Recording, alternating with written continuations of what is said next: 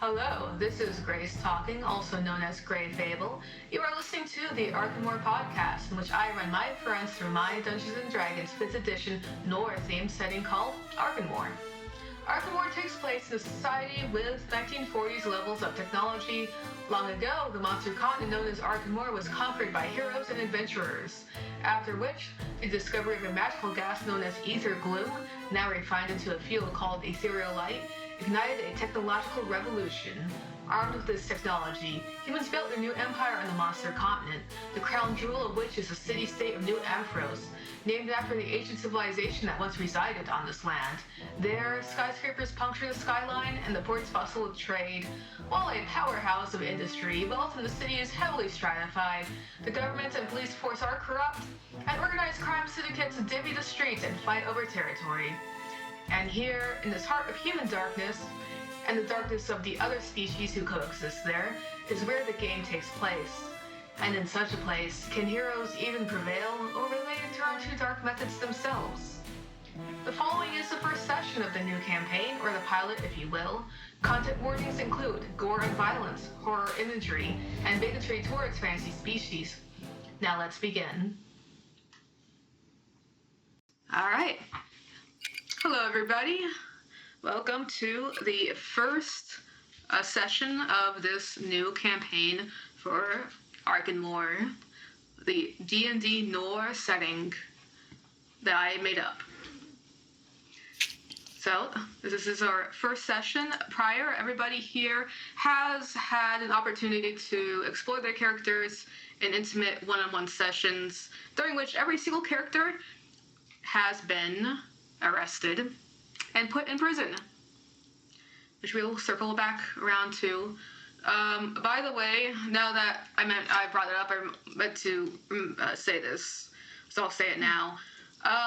When we planned the start to this campaign, things weren't quite as dark in the world as they are at the moment. Valid.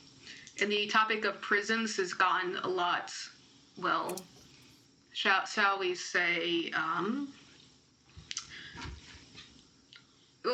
they've become horrific. They always have been, but more right now, perhaps more so. So this is a fantasy prison where a lot of stuff that goes on in those places is not going to happen.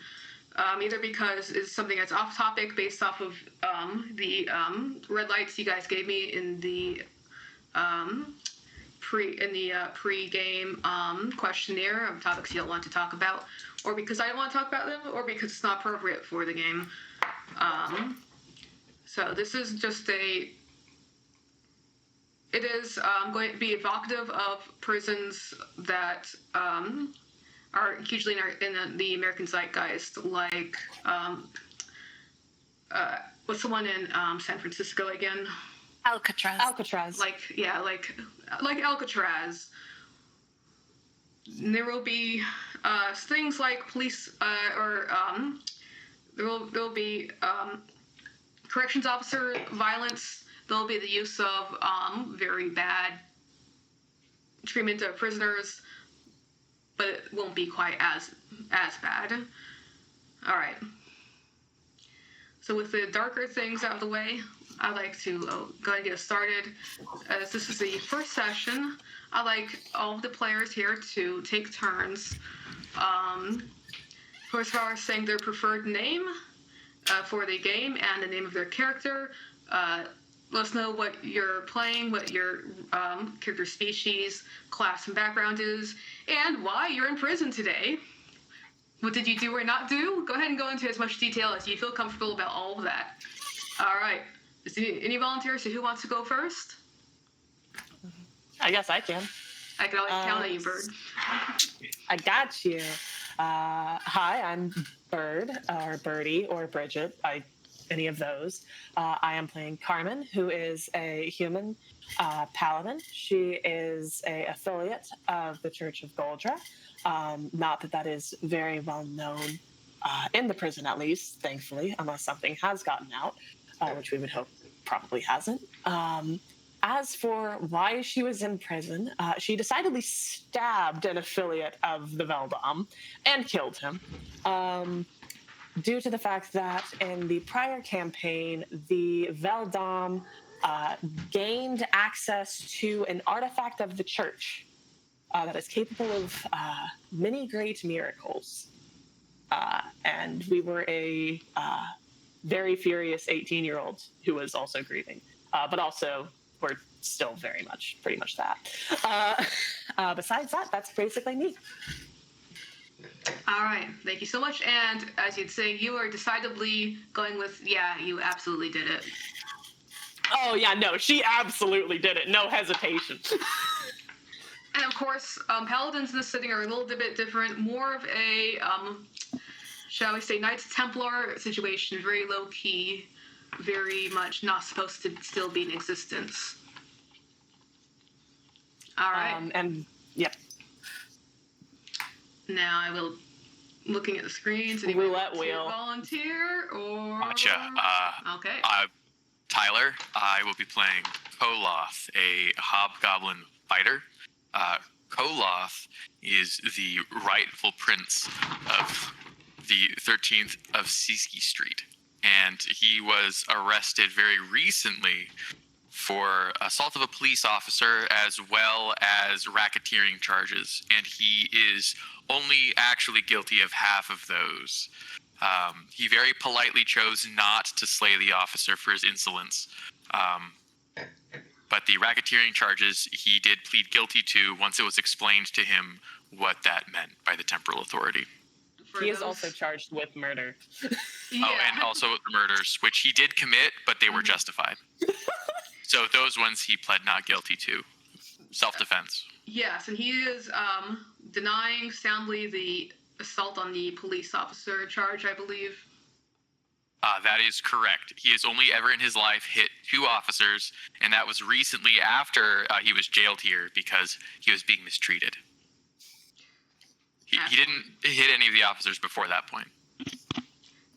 For those not in the know, racketeering is what they like to charge you with when you do an organized crime thing. The allegation was that collecting rightful tribute from the goblins under his stewardship could be interpreted as extortion.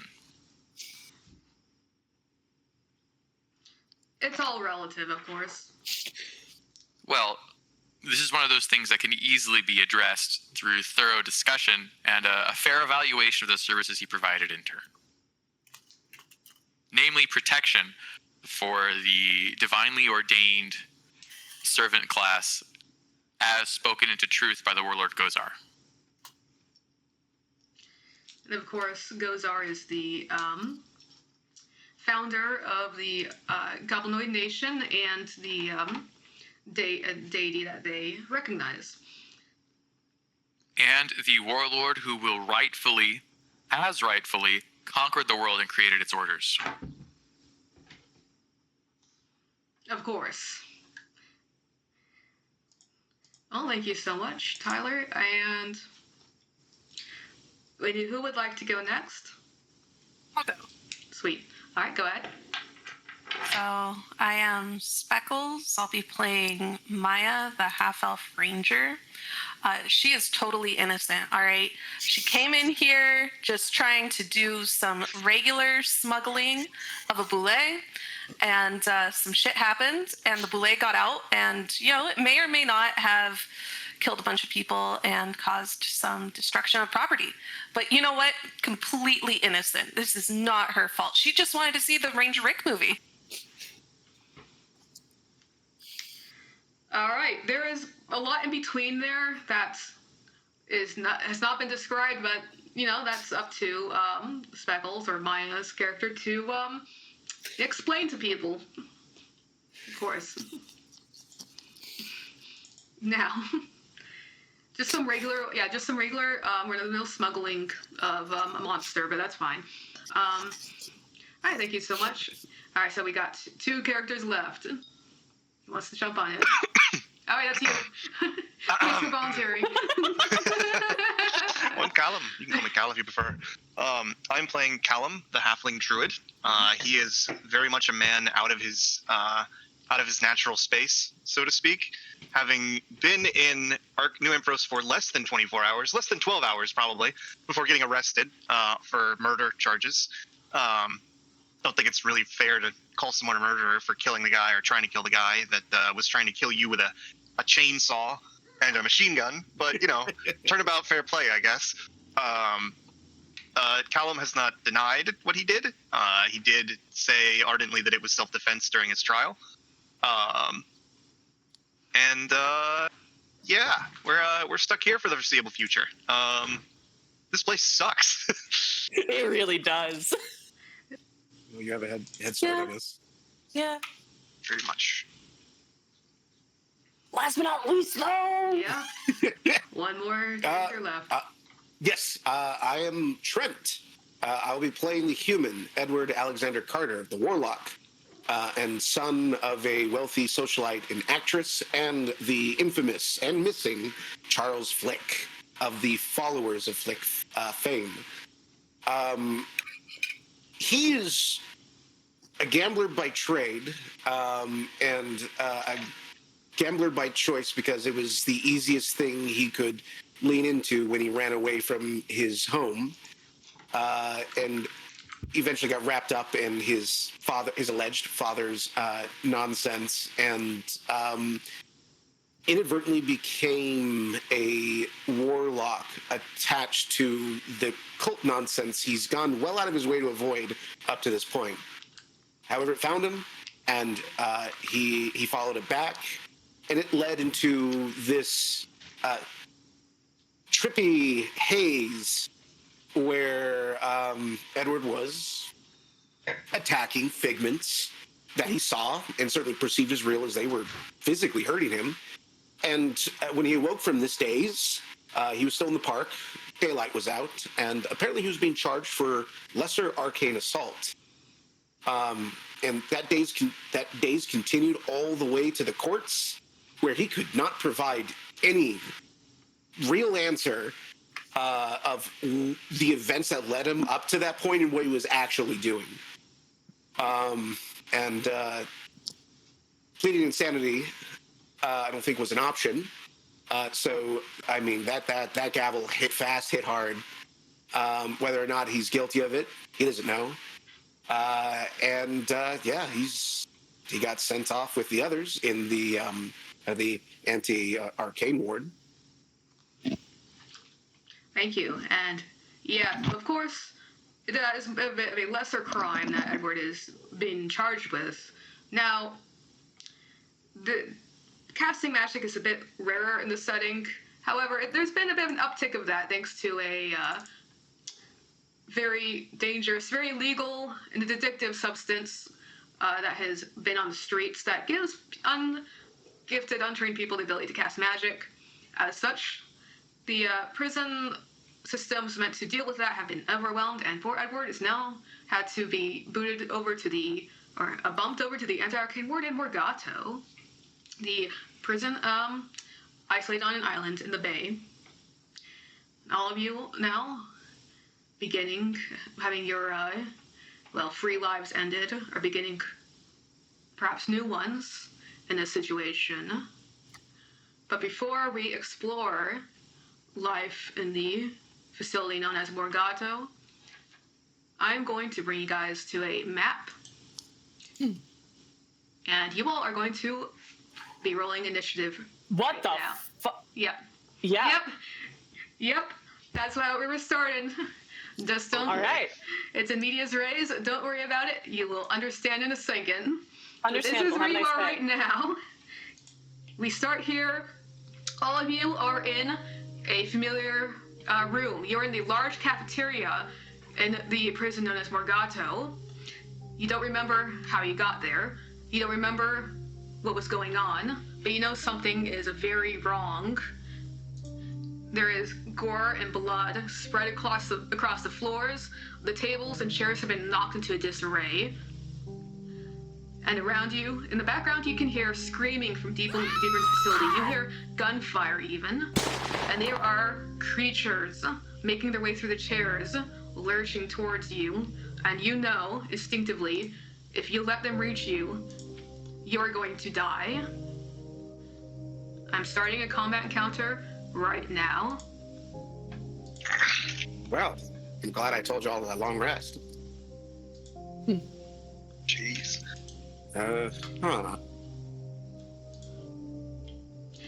And this is a good point to check your inventory sheets if you have not done so already. Everybody should have at least one, aside from your prison uniform, one means of self-defense. Indeed. That was a test roll and not a real bolt baton hit, even if Edward deserves it.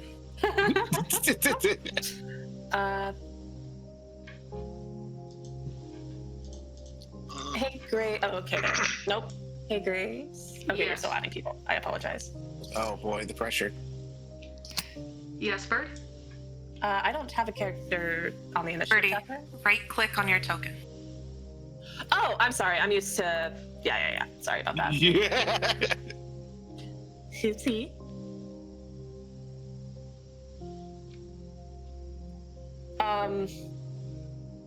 Okay, Trent, I have a question for you. Here. Do you want to switch? Yes. No. Cool. Wait. Let me take a look at you. Okay, good. If you went after the zombies, it would be an immediate, emphatic no. But you do go before the zombies. So I go yes. before the zombies, yes. Oh, you have an ability that lets you switch initiative? I do. Yes. Oh, It's alright. the alert feat. Oh, neat. Yeah, you can take my high initiative. I will manually switch your give the initiatives. actual- I am so sorry about that. Also, it doesn't give the actual text of it. If you want to change the actual number, you can, I believe, right-click the. Yeah. Yeah, we're doing. Sorry, I'm editing the description in real time because apparently the chat description is different. Mm-hmm. Ooh, there we go. Much No worries. appreciated. We have tested the 5.5 rulebook up to this point. There we go. There, now you can have all sorts of fun things. Carmen, using your trained skills, this alertness to your environment that has been hammered into you from a young age. Right. You jump into action. You look around. The floor underneath your feet are slick with blood. You look across and you see what appear to be undead, blasphemous creatures, zombie-like, lurching towards you. A few of them are chewing on corpses of dead inmates already. Behind you, you can see your cellmate, Maya. There's other faces just vaguely familiar to you from within the prison in the same boat.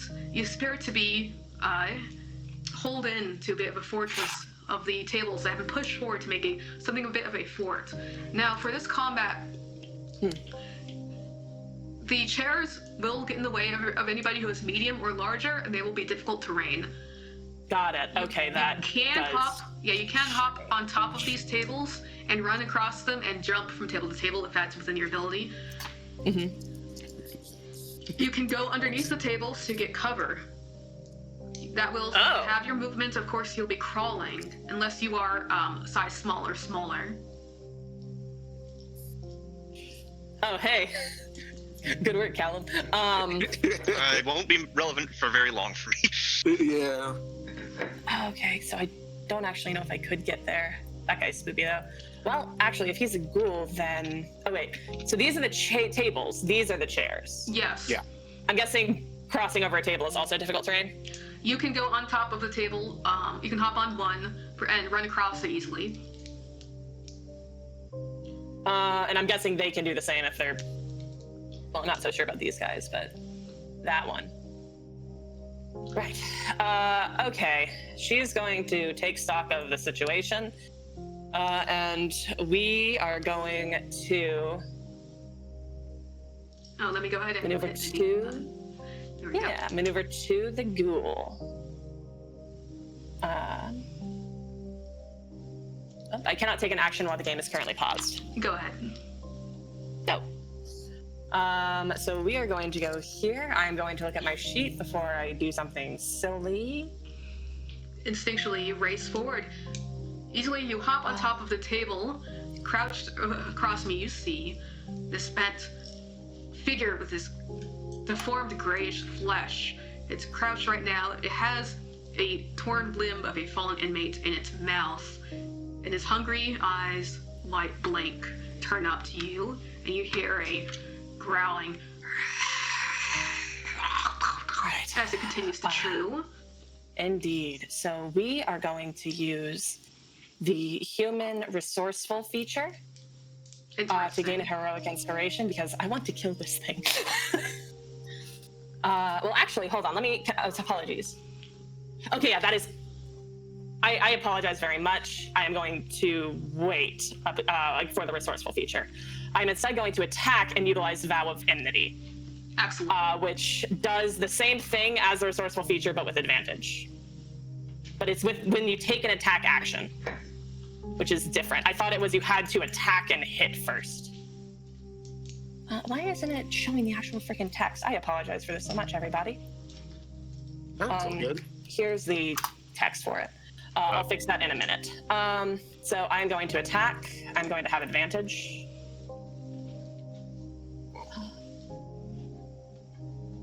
So the fact that I can't find where my attacks are on this sheet.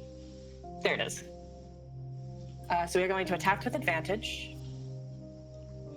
Christ. A 4 and a 5 for a total of 10 with advantage. 10. That is going to miss.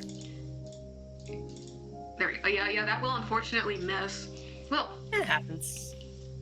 Yep, as the armor class is slightly higher on this one, that moves with more agility than the other creatures, and it just, as you swing this baton. By the way, though you don't remember how this baton ended up in your hand, you recognize this as the very weapon that the guards of the facility will normally wield against the prisoners. Interesting. And that is going to be my turn. Okay. So we don't. Yeah. So the setup here is we don't know anything. Pretty much, our characters know as much as we do, the players, as far as getting thrust in the situation. 100%. All right. But yeah, sorry about that, everybody. Also, I rolled like shit. Happens to the best of us. Given the circumstances, it is entirely fitting. All right, next in the next combatant will be Maya. We are just gonna move over here and hide. Valid. Okay, are you going to duck under a table? Yes. I need to be like there to do it. Copy. Because we can do that. I wasn't sure if that was like on top of the tables only. No, you can go into there. I'll note you as being underneath it. All right, so fantastic. Yeah, normally I would say that hiding under a table is a bit obvious, but with creatures like this, I'd say it's very allowed. They are not intelligent creatures, so go ahead and roll your stealth.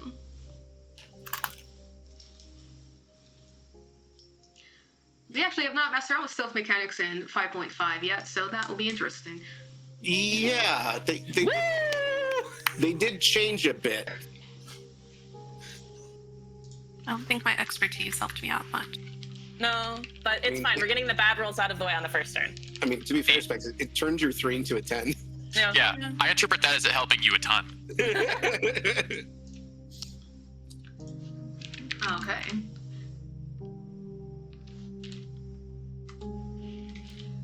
Hidden. That's not added. Alright, I'll delve into that in a second. It is usually a flat deceit in the new rolls, so that's likely not going to be successful. Which means that it is the ghoul's turn. Yo. Carmen. Yo. You just finished swinging a baton over the head of this one. Unlike the other creatures, it's moving lithely. It ducks out of the way quickly, and it turns to you. As it opens its mouth, the disembodied limb drops from it. There is blood, and there is drool, and a smell of rot. It is going to lunge forward and attempt to bite you. It hits. Okay.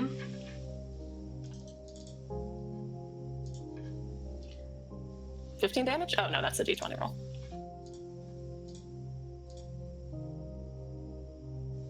All right. All right, so I'm gonna go ahead and apply that to your sheet. So that's Hell yeah. 7 Thank you. points. Yeah, of course, of damage. Now this was a bite attack, not the claw Claws? attack. So it means that you are actually. Yep, that's it. Okay. Next, we go to the inmate known as Heel Guilt. He is not player character. He is Koloth. You recognize him as, of course, your cellmate. And he looks around. He looks absolutely terrified, absolutely confused. You don't need much insight to see that. He's going to go under this table and duck, and he will also attempt to hide, inspired by seeing someone else take that action.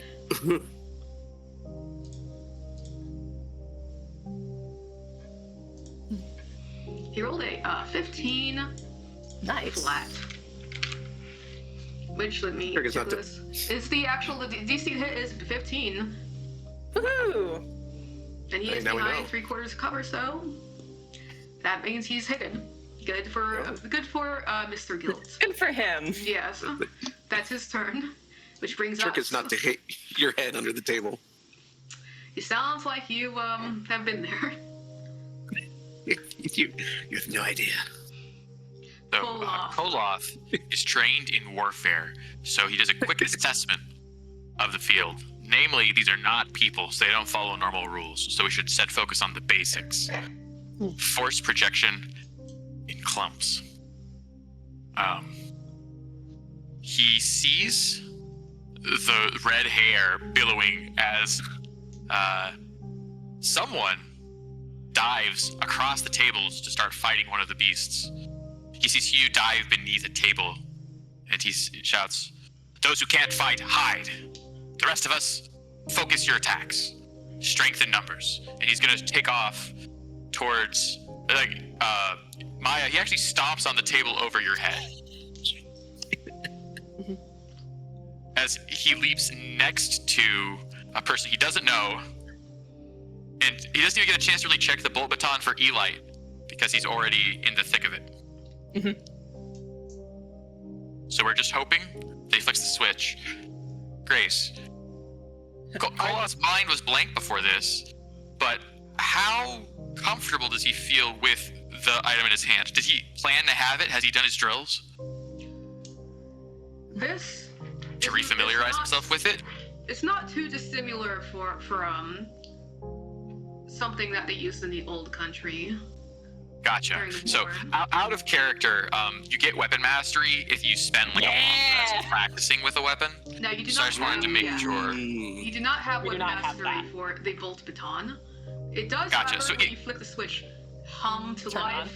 You smell that bittersweet smell of the Elite working its actual magic, imbuing with Gotcha. with crackling electrical energy. But he hasn't done the katas, so he's less comfortable with it than he would otherwise be. Understood.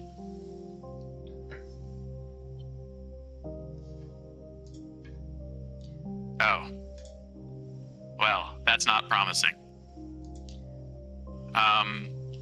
Unfortunately, It really depends on if I think a 13 will hit. Oh, wait, actually, You feel like you're pretty He's close to flanking hitting it. In fact, though 10 would miss. So- Ah, Gozar blesses his chosen because he expects them to stand up for the lesser races. Because of that, Koloth can take fortune from the Legion, and for every one of his allies that he's fighting for, in this case, everyone alive near him, he can increase the roll by 1. A couple times per day equals his proficiency. So he's going to add 3 to that for a total of 13. all right, using that species ability, reflavored from the well, let's not mention that right now. Reflavored species ability for the hobgoblin. Allow you to add to your attack roll. You will hit the ghoul. It's not letting me do the versatile damage because of the script. So instead, I will just swing normal. So you see kind of blur of prison jumpsuit and hair dive to your aid, and as the creature starts to latch onto you, he takes a large swing at it, knocking it away.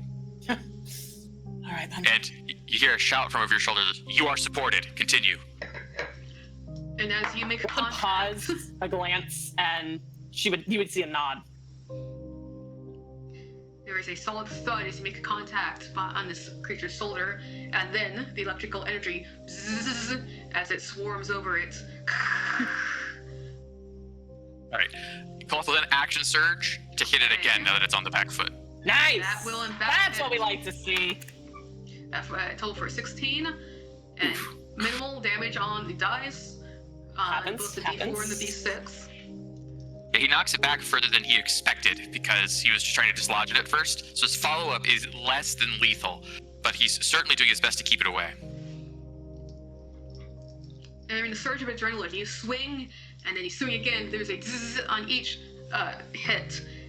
This thing staggers now. It is very visibly injured. One could Right. even With say that, it had I have nothing blood else to do. bloodied. Oh. And then we go to Callum, halfling druid. Right. And we have to check your inventory as well. Yes, that is very important. Very important item to have. So to cast or not to cast? Let's do this. I'm going to. Callum is looking around. He's seeing that it looks like most of the action, or the active fighters have moved east, but there are still zombies in the back line eyeing us rather hungrily.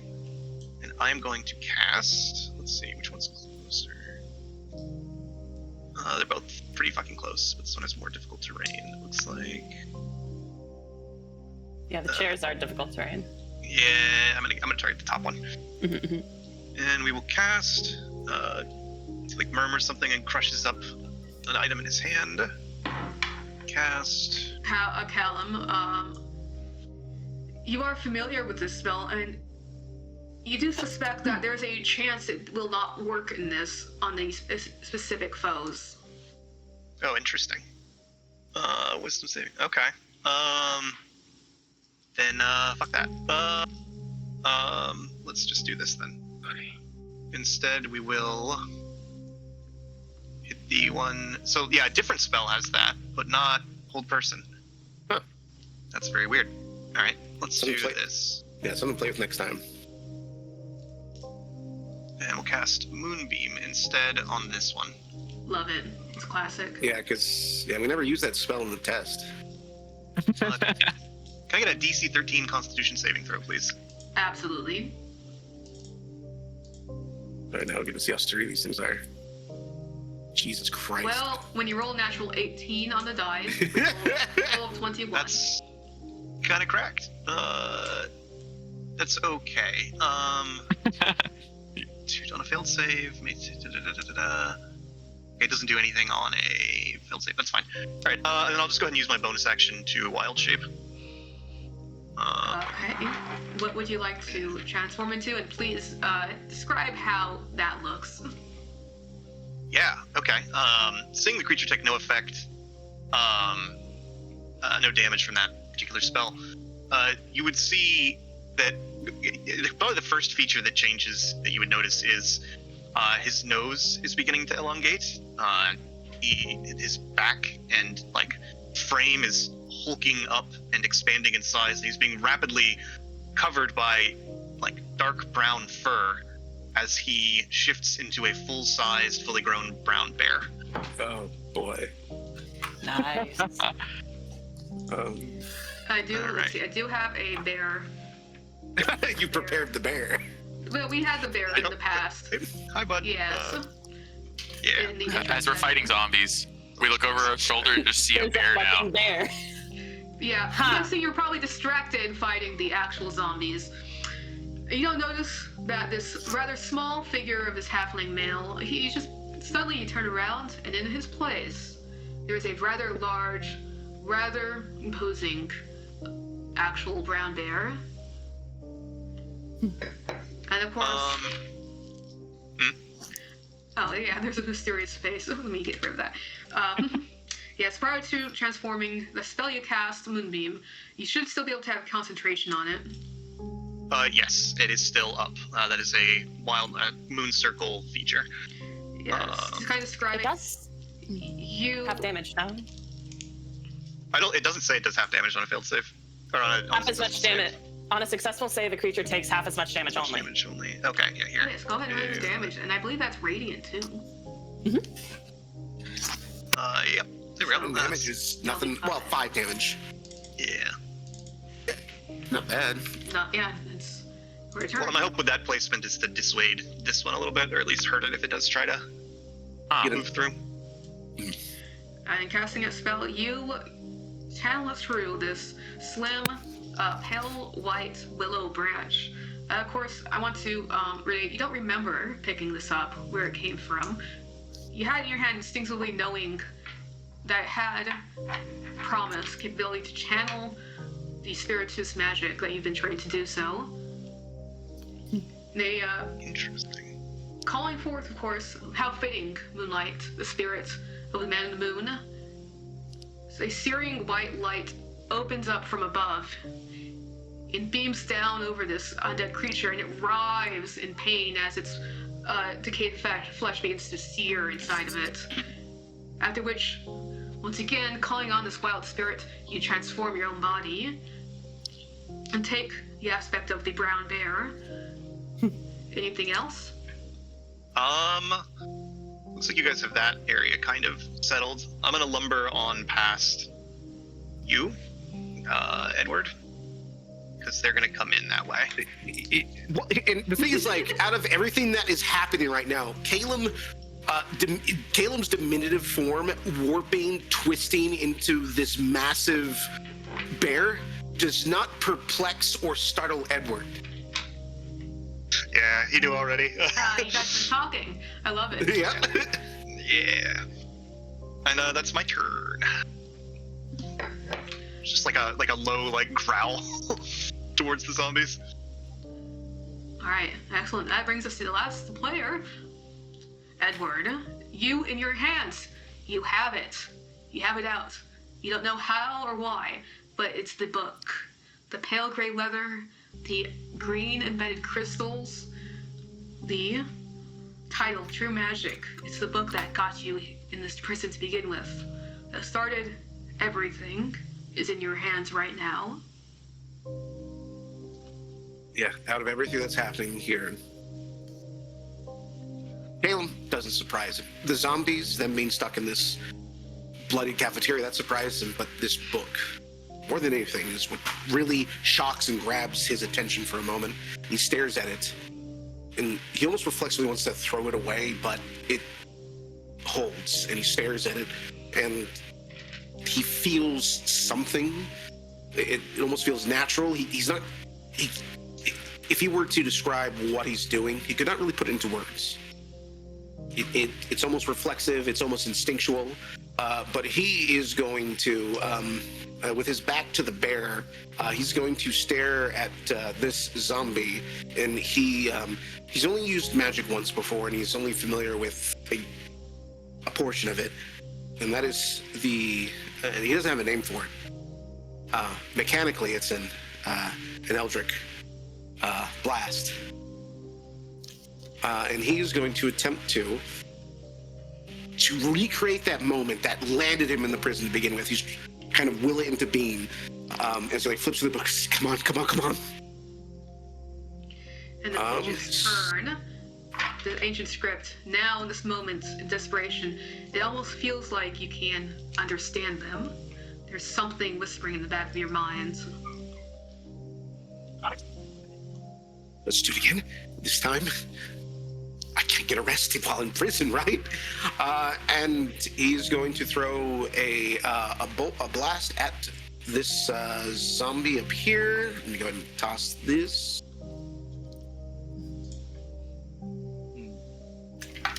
And it's this one over here. Yes, this one up here.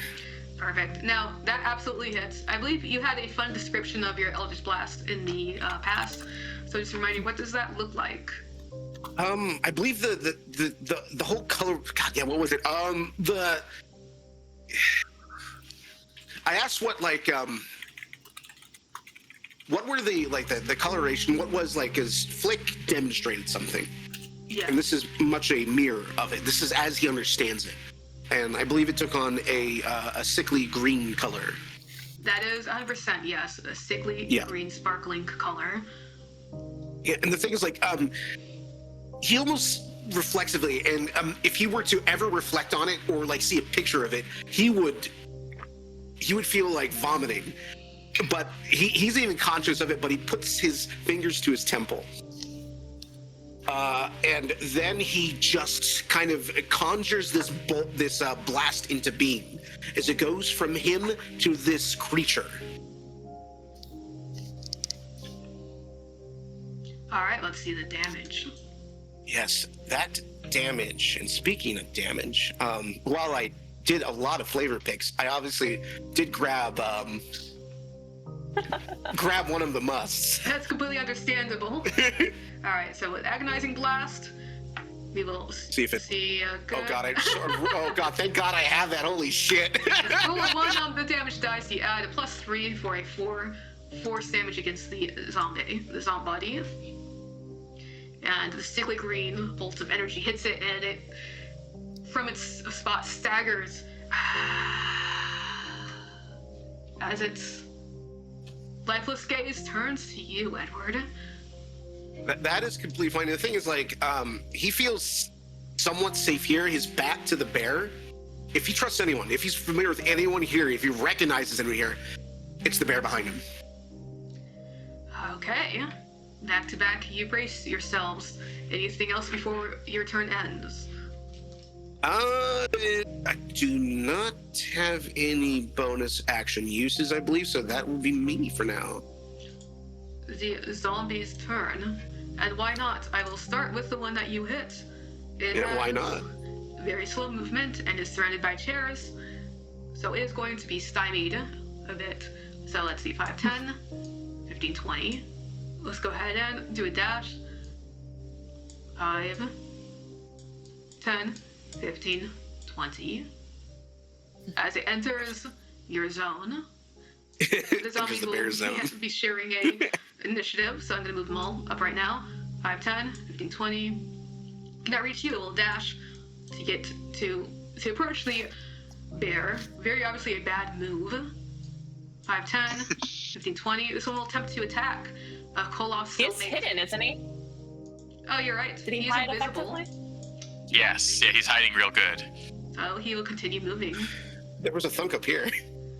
They did hear something that direction. 100%. Koloth is actively yelling, trying to get control of the situation, so it's possible that he might be helping at least a little bit. The bear noises are probably not helping to calm down the situation. No, you're ruining everything, but it's okay. You don't know me, and I don't know you, right? You're a random bear from the woods. I'm obviously dreaming. I'm obviously dreaming. Yeah, that can happen. Do they arrest bears? Who hasn't Well- fought endless undead hordes in their dreams? Technically, Callum was a bear when he committed his He offense. was. I was actually a direwolf when I committed my Oh, offense. you're right. That was your brother. This is a completely unrelated animal. The bear is innocent, Your Honor. He wasn't present during the dwarf murder. Yes. Maya, you unfortunately did not meet the DC for the stealth, but you do have cover from the zombies. It will attempt to attack you as you crouch under the table. Okay.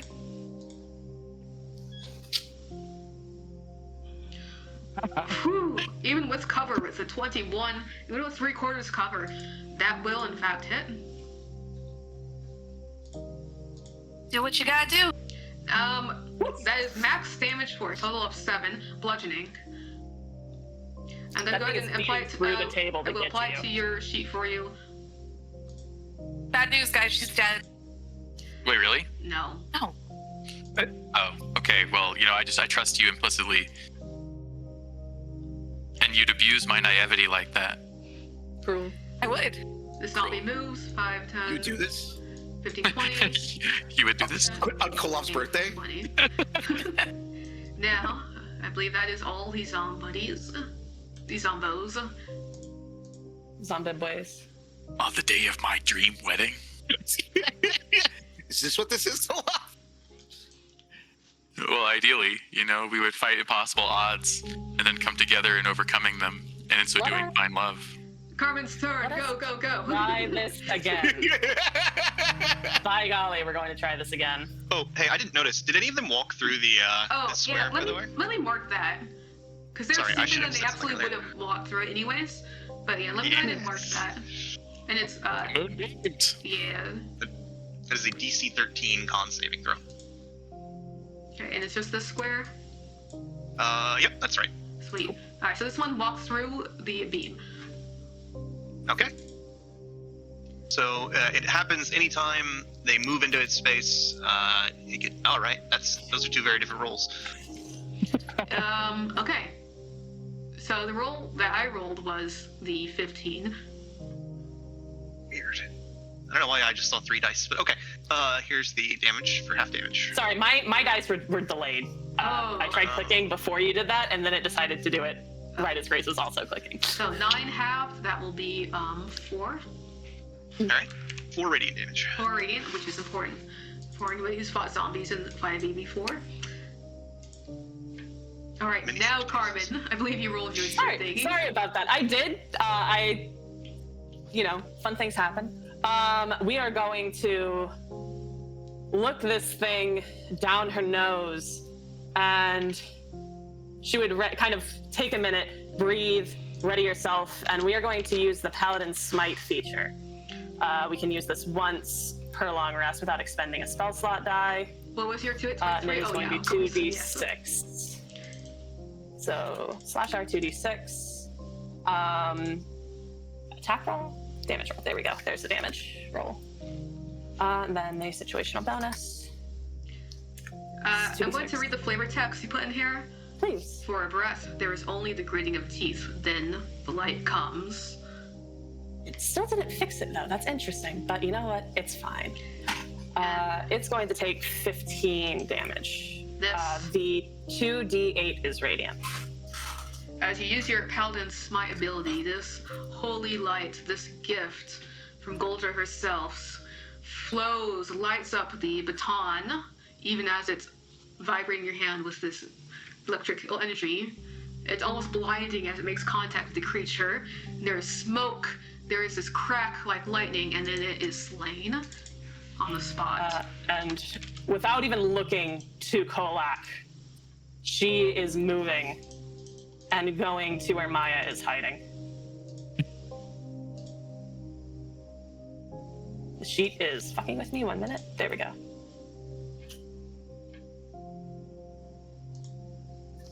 And that will be my turn. Okay, and then Maya, your turn again. As you are crouched under this table, as this undead creature, this zombie, is groping and clawing at you, and it gets a hit as jagged fingernails go across your face. You smell this fetid, rotted stench of it. What do you do, Maya? Maya will use a bonus action to Hunter's Mark him. Oh. Okay. You hone in on your predator senses. Everything goes dim except for your prey. Now you have 2 shivs just in your hands, as you know. You should know. Ooh, there's our I have 2? Yes. I have 2 of 2. Yep. Now use your bonus action, of course, but you have 2 shivs. Yeah. Brilliant. Okay. But that does not help us right now. Okay. 22 helps you, though. Well, it will. You can make the shiv attack as a... Will. Also, this zombie has been hurt, so it does not have all its hit points, which might be relevant for certain ranger features.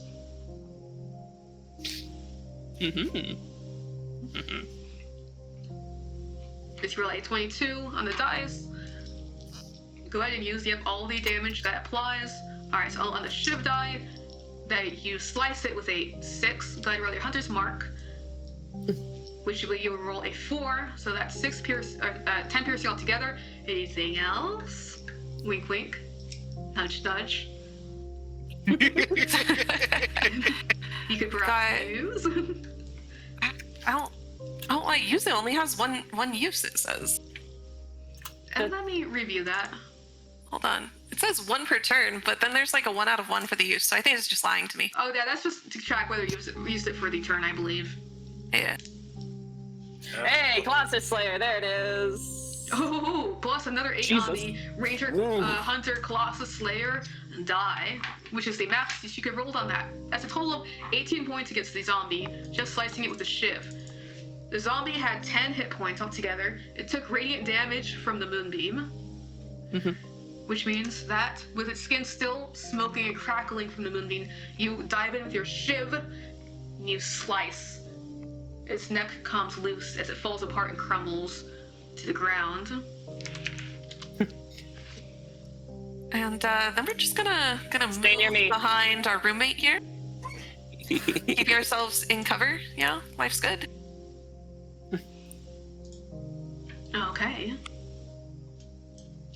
And since your turn is done, the first ghoul was dead. However, the one that did not move last turn, as it was gnawing on a carcass over in this corner, now There it is. Where moves is it? forward. Ah, there it is.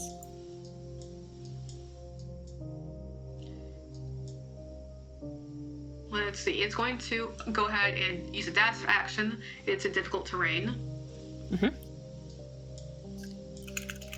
So that's as far as it can go. Moving, pushing, shoving chairs out its way as its open mouth dripping with viscera. As you can see, it seems just as prepared to finish the job that its companion started. Hugh. Well, let me check to see if you have to hide every blah blah. He's going to not do anything at all, which means he gets to stay hidden.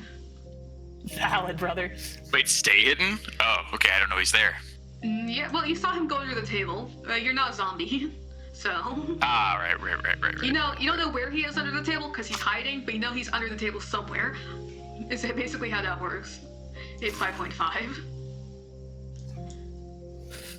So yes, that makes it Koloth's turn now. Koloth. Doesn't Hugh... Oh, Hugh's staying hidden. Yes, he's Yes. not doing anything. Gotcha. Koloth will jump over the table since he sees everybody's engaging this zombie now.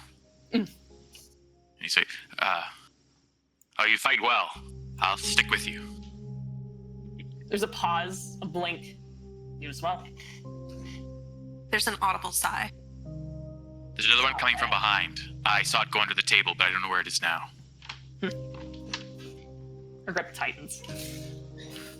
And since it's been fighting the two of them, Koloth comes over the top and bonks it on the head. So Nice. this is the dead one. Oh, it's dead. You can Okay, I'm move sorry. you can move to this one though on the Yeah. table. Yeah, So absolutely. This one's dead, and this one's dead. I'm pretty sure. Gotcha. I'm sorry, I didn't see the dead thing. So Koloth runs up to this one and bonks it. Bonk. Let me see if I can mark them without it taking them off the initiative. They are sharing initiative. Oh, that'll work. That'll work. Yeah. I mean, We have to keep moving Oh, they this all way. die. Got it. I'm just gonna make it go invisible instead. Okay, yeah, that'll work. Okay. If we keep moving this way, we can keep distance from the one under the table. So swing and move. Yeah, Is will it very the much nod? so hit as you dash across the table and swing the bolt baton over to crack it on top of the head of this zombie. Go ahead and roll your damage. A total of 8 damage as the bolt baton discharges on the zombie. Not quite enough to do anything significant, but enough for me to consider it as a contribution to the fight. And then Koloth will slide over here to get between the zombie and Hugh in case Hugh gives himself away. Alright, And then that's his turn. so you jump off the table and dart around the other side of the zombie, now guarding the table where your cellmate is hiding beneath. Stand, coward. We have work to do. You don't hear a peep at the moment. Callum. Okay, so the bear is breathing hard, but there's none of the nervousness that you might see in an animal in the same situation. It's focused keenly on the zombie to the south and to the west. It's doing its best to keep Edward on its flank, and then 1,000 pounds of flesh and muscle and claw rears up and slashes across this zombie's face. I'm gonna make a multi-attack. There's a 1 claw attack. Nice. Solid hit with a 21 total.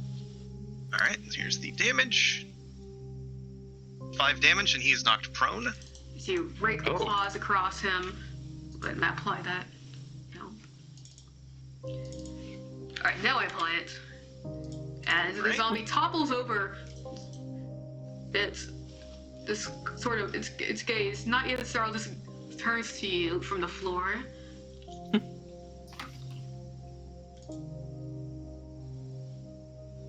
That will have advantage, of course, with your bite attack. And there's a snarl as it's like the claw is holding the zombie down in place on the ground. And does an 18? That should do it. Absolutely. Nice. For 7 more another points of damage. 7. It is your claws, your teeth, you get that rancid taste as you tear this thing almost limb from limb. It's still moving, but it is in very bad shape.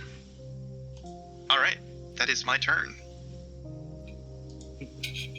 Edward. Edward is he's desperately flipping through the book. And he holds on a page for just a split second, and you see him kind of bend down his fingers. There's pools of blood everywhere, dragging up the blood as some kind of viscous paint. And for the briefest of moments, Callum, you feel kind of a cold touch on your back, as almost on instinct. He's just going off as if the book itself is kind of directing his hand. He's drawing something on your back. And as Edward is kind of learning his spell list right now, in his desperate search for something against what's happening right now, he's going to be using protection from evil and good, and he's going to be casting it on Callum. Nice. If there's any fear response or a displeasure at the symbol being drawn on its back, it vanishes basically instantly as soon as it's apparent what direction that is coming from, and that it's not this zombie trying to eat me. Also, this is the one that's prone. I attacked the one that Edward had shot already. Yeah, that is fine. Okay, yeah, it's gotcha. Yeah, and with that, Edward's gonna go. Let's see. He's gonna go up here. And the thing is, he keeps staring at that symbol. He's very concentrated on that enchantment he put upon you, and he's extending his hand towards you as if to keep this connection going. Fuck yeah. Alright, just so you're aware, since I applied damage to the wrong zombie, this other zombie that's prone is in very, very bad shape. I hope. Alright, so the top one should be prone. Mm-hmm. Yeah. There we go. I wanted to hit the one that had already taken some damage. Alright, well, hey, Dan, those zombies, prone especially, disadvantage to hit you. Hell yeah. Fuck zombies. Indeed, fuck zombies. Speaking of zombies, Do not. well, if Edward's done, that means it is the zombie's turn. Zombie boys. Let's start with the ones who are surrounding the bear. AC is 16. Damn, One will That's really fucking solid. slam attack them. Yeah. Yeah, druids are different now. Yeah, they sure are. Built different. For a total 5. I was going to say, you don't even need to roll disadvantage for that one. Yes. This one will use its movement to stand. And it will still have disadvantage because of the protection from evil and good. Yes.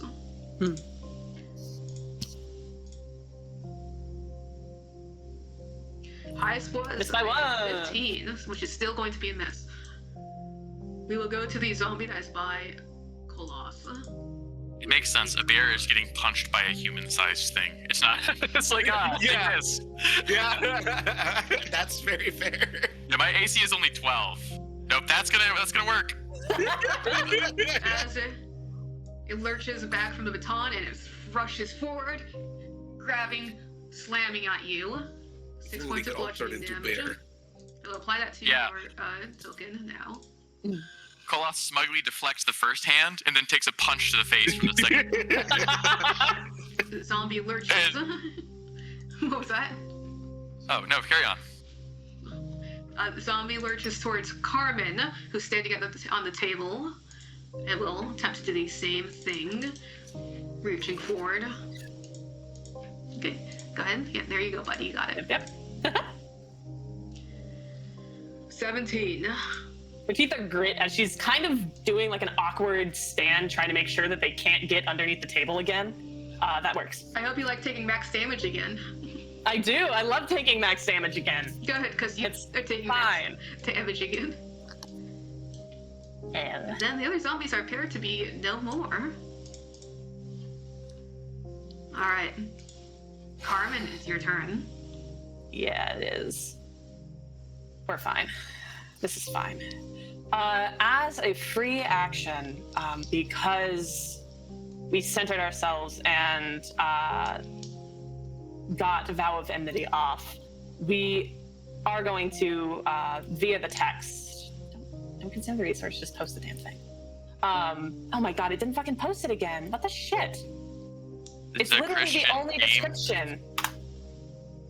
I don't know what the hell, like, I feel like I'm taking crazy pills. This is literally what it's saying with the description. I don't even get it. Unless I have access to your sheet, I would not. No, it's like, that is the actual description. I've deleted everything. Well, here's the thing. There are some, I believe, some toggles in like maybe details where you can show full text. I'll fuck with it in a minute. It's just, I'm annoyed because I thought I deleted everything. But it's fine. We are going to get advantage to hit this creature. Advantage. As you turn your Vow of Enmity against the next undead, you roll with advantage for a total of 16, which will of course hit the zombie. Yeah, so she's just gritting her teeth as the thing's claw like scrapes into her, grabs the hand, and just brings the baton down on its head. Whew. Alright, combined with the bludgeoning and electricity damage from the bolt baton, that is 11. Had this been hurt before? Yes. Let me go ahead and check a feature real quick. Makes sense. Alright, time for an undead fortitude roll. My favorite. This is bullshit. It's what makes zombies technically. It's true. It's super easy for them to just not die though. As it begins to collapse under the blow of the baton, and there's a Striking at its neck. as it rises again with 1 hit point. Come the fuck on. Y'all got radiant damage. Not a turn. Damage, bitch. Alright. I do, but I don't want to use it right now.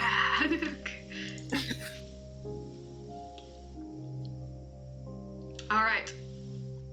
Specs BRB. Okay. Alright, so Speckles is a BRB. That won't affect the ghoul's turn, I don't think, so I can let it go. Take its turn right now. 5. Yeah. Oh, there's a second ghoul. I didn't Yeah, realize. there's a second ghoul. It's not great. The second ghoul has hit the cafeteria. Ah! It's going to dash, and it's going to crawl on top of the table. Oh, not under the table. Maya is safe again. It's learning. As its bare bloody feet go, hit the metal table. Yeah.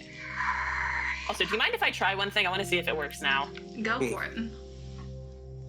No, do not use the resource. I don't get it. It's fine. I'll futz with it. It just, Alright. it's when I delete everything and it's still just like, no, fuck you. We'll deal with it after the session Yeah, or during the break or whatever.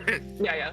If Speckles is still away, then I'll go to Hugh's turn. Koloth, you hear under the table, like, sorry, pal, you're blowing my cover. I'm gonna stay down low for this one. You seem like you know what you're on about. He stays under the table. All right. Oh, hi, Daniel. Speckles, would you like to take your turn? I would love to. Okay, we're gonna go right here. Are you still crawling under the table? We are still crawling under the table. Oh wait, what the fuck is that? No, we're not gonna go right there. We're gonna go back over here. Fuck that. Fuck that. Fuck that. That was a bad decision.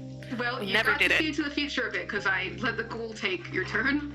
Yeah. That's where he went. Please, Yeah, please where just they stay by went. me. Also, if you Yeah. can potentially like murder this guy, it has That is the really goal. annoying. All right. So let's see if we can actually do that. Fingers crossed and all that.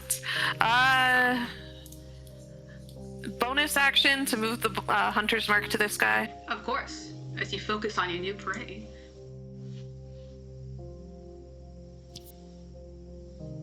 That misses. Yeah, even with a zombie's AC, a 7 will unfortunately miss. Yeah. So that happened. I'm so sorry, Birdie. Hey, it's You fine. are You have another basically, attack. Yeah, I do shipping- not have another attack because it takes a bonus action. Yes, to move the hunter's mark. The shield. Yeah. No weapon mastery. We don't have the weapon mastery right You're right, now you're right, you're right, because you're we're right. in the middle of this nightmare hell. Okay. Oh, No. no, you're doing great. I appreciate you. Anything else, Maya? That was my action. That was my bonus action. That's it. That's it. All right, Hugh Guilt and the Ghoul have gone. It's Koloth's turn.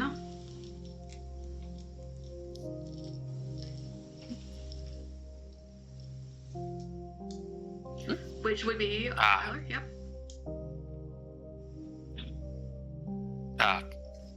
Koloth is going to keep fighting the zombie in front of him. But the entire time he's going to admonish his cellmate. All right. The Gazara are sworn to defend the meek, but aren't you gun cool? Knight? Let's talk about this afterwards, pal. If we survive to see the next one. Yeah, and he he kicks the knee of the zombie as hard as he can, and then he tries to hit it in the head again. You get a solid But- hit. You managed to roll all ones on your damage dice again. 2 in a row. Yes. That's pretty good, right? Like, Yeah. Yep. come on. Combines 4 bludgeoning and 1 lightning damage. For He's not gonna wait to listen. He's gonna slide over to this side so that he can help protect someone more worthy of protection.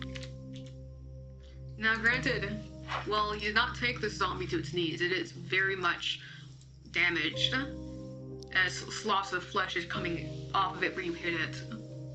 This is why Gozar did not speak of your people.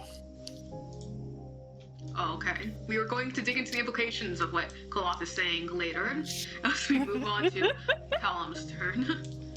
All right. The zombie to the north is, I think, at this point, like just tattered flesh. It's a fucking mess. Yes. We'll go ahead and throw out a claw. That will be a 15. That will absolutely hit. All right, and And that's 5 one to damage. the north? Yep. Okay. We will be making an undead fortitude roll to see if this one stays down.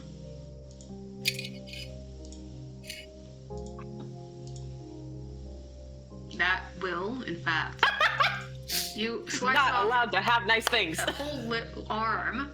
It staggers and it rises back up, facing you. Oh, it is prone, however. Oh, it does not rise up. It staggers and falls over, but keeps moving. Callum was like already turning, like the giant bear was already like turning away from the one that it was down, but then it senses movement and reaches out with its jaw. That will absolutely It's a- hit. Sweet. 10 damage. Okay, we will make another fortitude. Yeah, I just. Can I get a sickening crunch, please? DC is higher this time, of course. 5 damage. Listen, we'll get it eventually. Yes. And there is this as it falls to pieces in your maw. It is. I think Callum bites its head off, literally, like just at the neck, just. Ooh. And that And the zombie my head just turn. rolls out. Yeah. There's just Gross, like gross. viscera. Yes. Ugh, it's disgusting. And yeah, that will do it for me. I don't think I have anything I can do on a bonus action. Okay. And that would make it Edward's turn. Oh, you're muted, friend.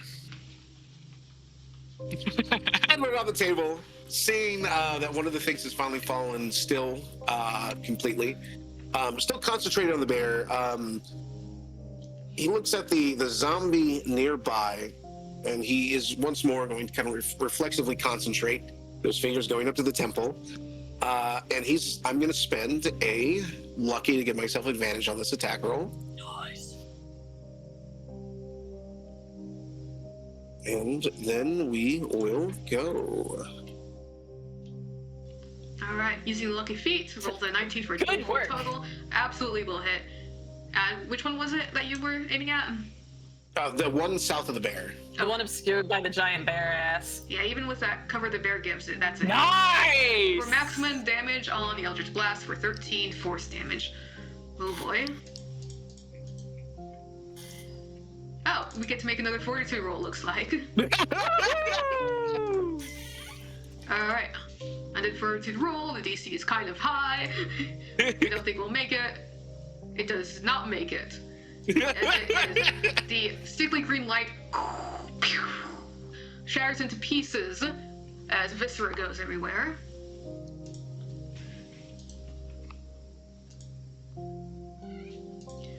Dead. Beautiful.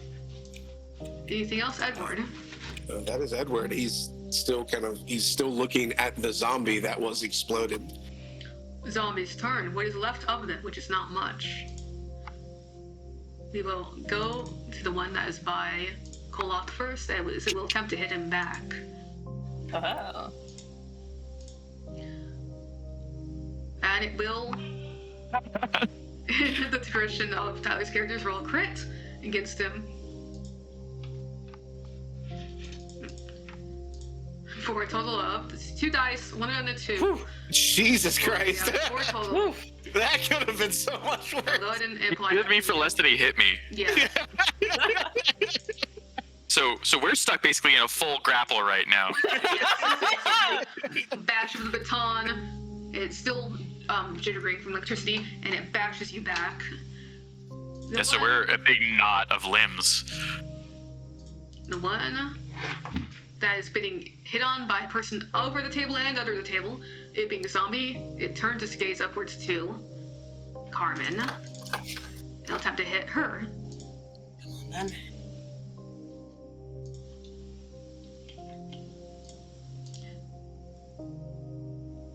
That 17 hits. on the die, 20 total. Yep. As it is, you are standing at the table and it is pummeling at your feet. It's almost like knocking her off balance. Can you Yeah. please stop rolling so high? That was a max damage. That was a 5 out of 6. Plus 1. Yeah, that one was fair. I did just eat a 4 damage crit, so let's give the zombies credit. And then, my friends, that brings us to the end of round 2. At the end of this round, there is Oh no. a new occurrence. Oh boy, is The it another ghoul? doors on the eastern side of this room, the double doors, from beyond them you hear heavy thudding and wet sounds of bare feet hitting the concrete floor. And then they burst open. And out steps a creature not unlike the ones you are fighting, but so much larger. And there is a pit in your stomach as you see this thing step out. Large, probably about 10 feet higher than that. Skeletal, and within its ribs, there are multiple corpses spilling out from it. This thing surveys the room. They're dead though, right? None of them are moving? No, God. there's corpses Okay. inside of it, spilling around in its giant ribcage. Just think large as the giants from the tales of old, from the mythic era.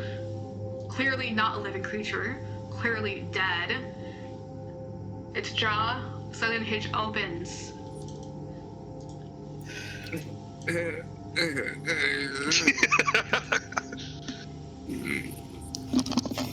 It will go an initiative 10 next round. Carmen, it's your turn again. As you see this, what do you Carmen's gaze was focused on the zombie in front of her, flicks to the thing that just threw open the doors. And there is a flash of fear before she straightens her back, breathes out, and mutters under her breath, "The pain passed through flesh, my blood hit the ground." And we are going to lay on hands for 10 points. Because I'm now going to be fucking face tanking this thing too. So that is going to be five lay on hand points left. So I'm going to add 10 to my current HP total. And we are going to attempt to get this thing in front of us to get on the fucking ground. And hopefully stay there. Okay.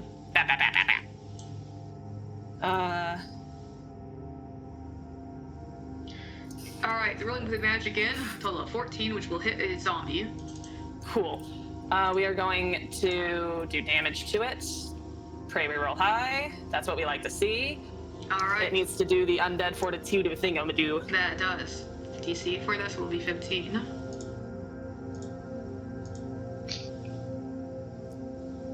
It's Okay, thank God. you, crush and electrocute its flesh as it sizzles down and collapses in a clump. And the gaze turns, and we're now going to focus our attention on this thing. And we're going to say, "Things up front! Anyone who is capable of wielding a blade, we're going to need it." Is that a fucking bear? And the last part is confused. She was very much not expecting to see a bear when she looked back.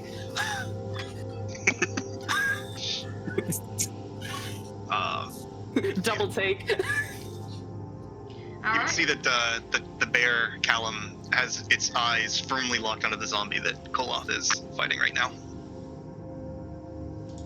And Carmen's turn ending, that will be Maya's turn.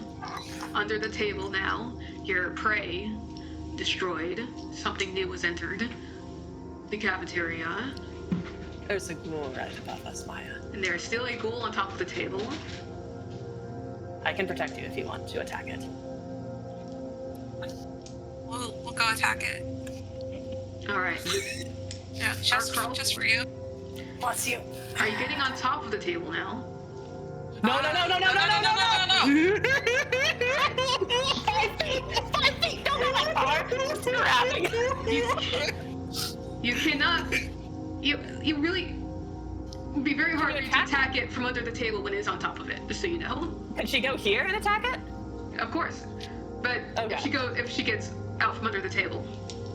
Oh yeah, no, she wouldn't be able to attack it Yes. from under the table. Speckled. Oh, Yeah. We're gonna be here though, because Bird needs. Okay, that's fine. That's beautiful. It's fine.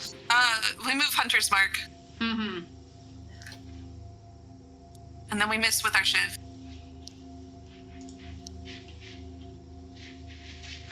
Well, funny thing, that is miss because this is a ghoul, which is more agile than a zombie. So rolling a 10 will miss. It's fine. I just wanted to call it.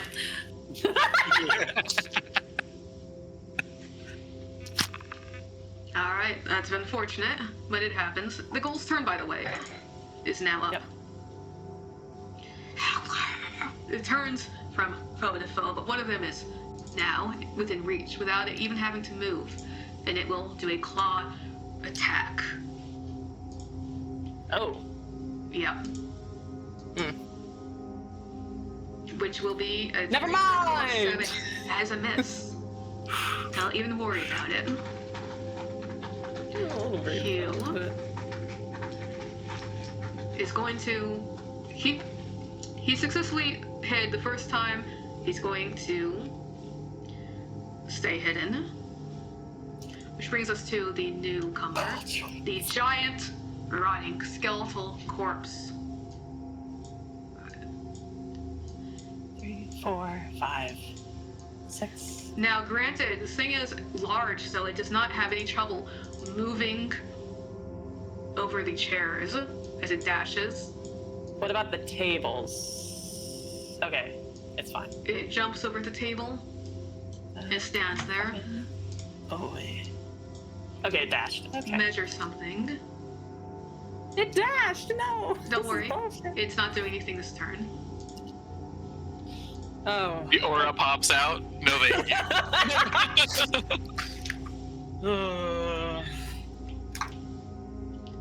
All right, that's its whole turn, Koloth. It is your turn now. One foe remains within your reach. Koloth feels a deep panic, but then he remembers that he's currently fighting, so he centers himself. Two marshals nodding stoically at each other. And heals 4. Nice. You catch your breath. Oh, plus my real quick. fighter level for a total Yes. of 8. Sorry, 7. So he's at 19 health. Excellent. So, all right, so you use your second wind bonus action. Yeah, and for his real action, he looks to you guys engaging and says, "We are retreating. Move, Hugh, find an exit." And he steps on the table and does his best to take down the zombie in front of him. We're clearing the path. Move. We're just gonna Where hope the fuck is the exit? The exit Hugh's finding it right away. is there is the double doors the thing came from. Yeah, the thing came from. There's Are barred there windows. others? Oh, look. No, I don't think There's barred windows at the back. Oh boy. We're not fighting it. Move deeper in. You're not fighting it. You people are insane, by the way. There is no exit! Who cares if there's no exit? The reasonable thing is to tell Hugh to find the exit. We do 8 damage to the zombie in front of us. Now who's the coward? Hey, Koloth is fighting. Thank you very much. You hit the zombie with 8 damage with the bolt baton. Hey, I've hit it 3 times now. Well, let's see if it has to stays fail down one this of them. time. Woo! DC 13, let's go. Alright, listen. They rolled a I deserve 17 on the better than die. this. As it After everything goes our ass. crumbles, it rises back up again. He moves to put the zombie between him and the giant monster. Gozar has you loyally do, as Gozar would bid you. Right now, in this time, this place, the stench of rotten viscera, he feels quite far away. Anything else, Koloth? He moves to try to cover everybody else. And then he just hopes that they have the good sense to retreat. That's the end of the turn. Callum, in bear form, is your turn. 5, 10. See the bear begin to lumber towards you, Kaloth. And it's picking up speed. And I'm going to make a jump. I think I can make it this far. Yeah, I definitely can with this strength. Oh, the owlbear jump. Yeah, with your string, yeah. The only K3 owlbear jump across the arena, yes. And we'll go ahead and make a claw attack.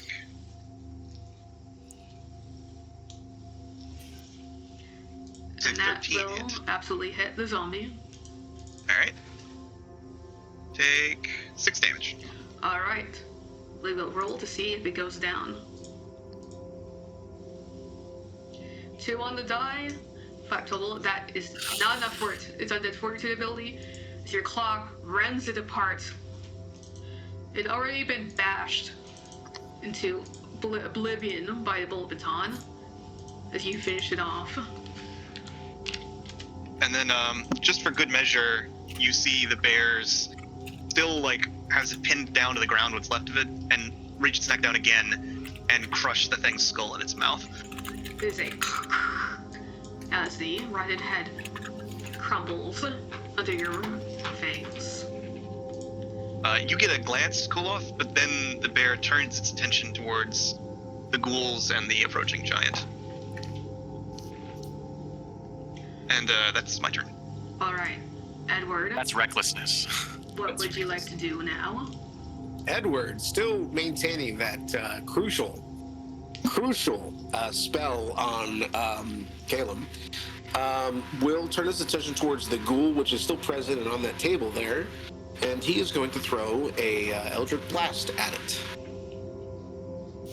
No fancy fanfare, no like desperate, like, you know, this spell feels very comfortable for him. It's slowly becoming second nature at this point. And it's going to... I rolled a 2! Will the pages flip through as your hands almost begin to act on their own, channeling this energy as you fling another sickly green bolt of light. This creature, however, being more agile than the zombies, ducks below it. Its glittering dark eyes turns to you, then again to the foe in front of it. Anything else, Edward? You know what? I'm comfortable just being here. You guys have... Excuse me, let me move this cat real quick. Okay. Shit. You guys have obliterated the zombies. There are none left. We will skip a turn. We'll go ahead and mark them dead. Alright. Carmen's turn. You have 2 foes left. The skull staying on the table, and the much larger creature, undead creature, its skeleton jingling with corpses across the cafeteria. Interesting. Fuck it. We ball.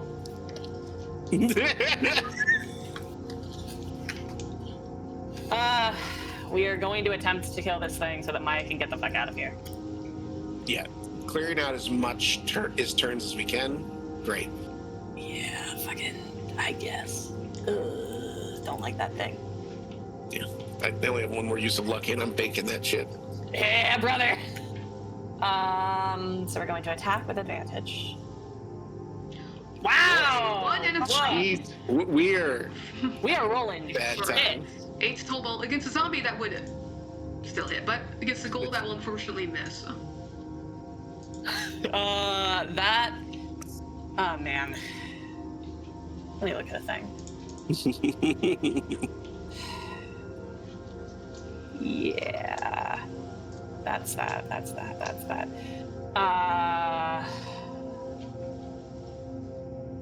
Yeah, that's gonna be my turn. All right. It takes us to Maya. We attack with our shiv and hopefully don't miss this time. Join me in the Mist Gang. Oh, nice. 20 Nice. total. That will absolutely hit the ghoul. Good shit. This ghoul has all of its hit points, but you do have Hunter's Mark on it. We do, in fact, have Hunter's Mark on it. Alright, so 6 points of piercing damage from the shiv plus. Interesting. Okay. Another 3 Nice. from your Hunter's Mark. There's a solid as the shiv goes straight through the ground flesh. You have a bonus action still? Yes. Yes. Yeah. Alright, 21 total. Another Nice. hit. Nice. I believe you will not apply your dexterity on the bonus action, if I recall correctly. Mm-hmm. But it has been injured, so wouldn't she get the D? That's very true. It's injured now, Yeah. isn't it? Pretty good.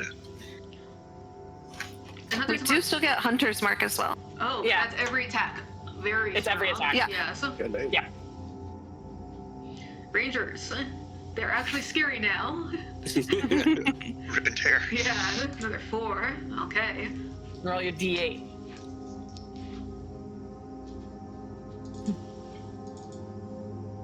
That's our girl.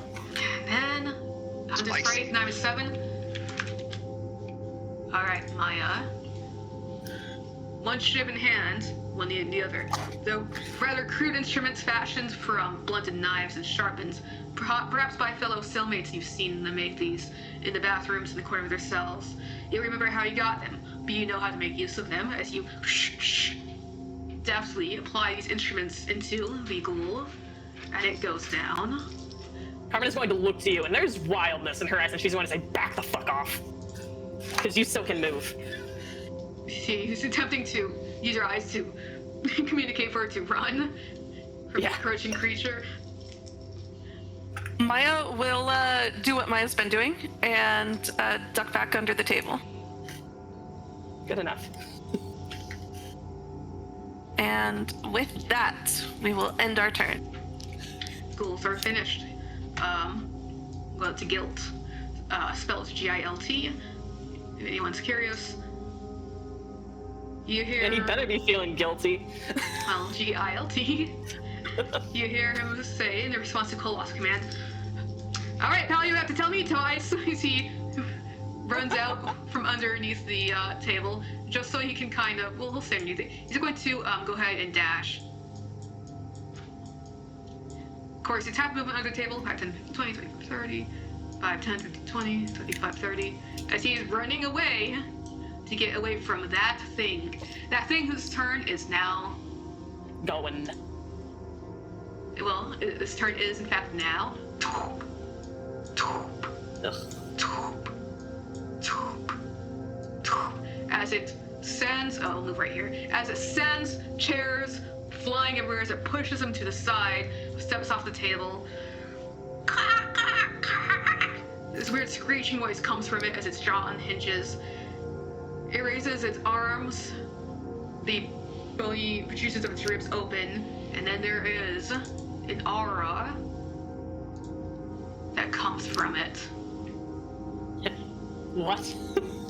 Let me read this real quick. Or I put it down. Soul, rend. 20 feet radius on itself. Okay.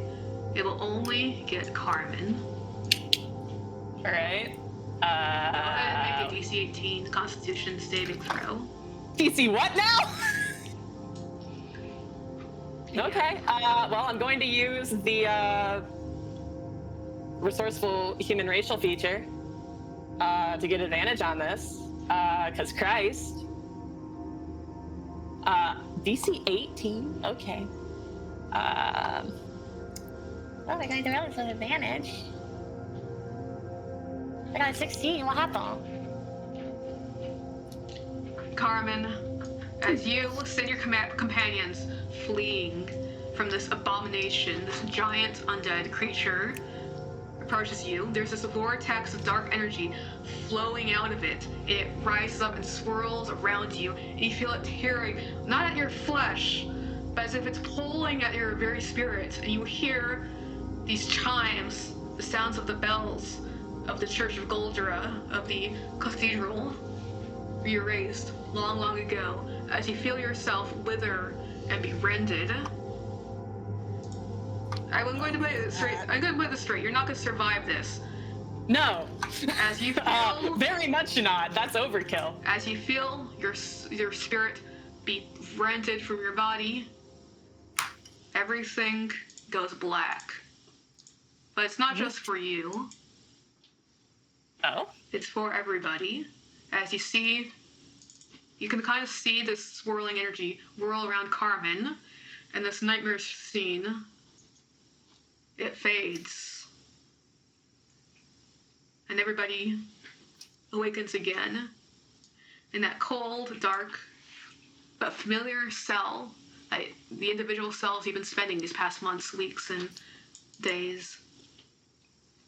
Very much intact within the prison structure known as Morgato.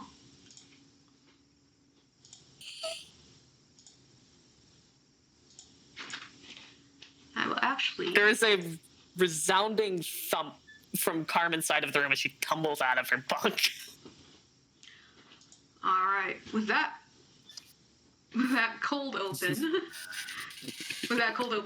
out of the way, that brings us to the start of the campaign.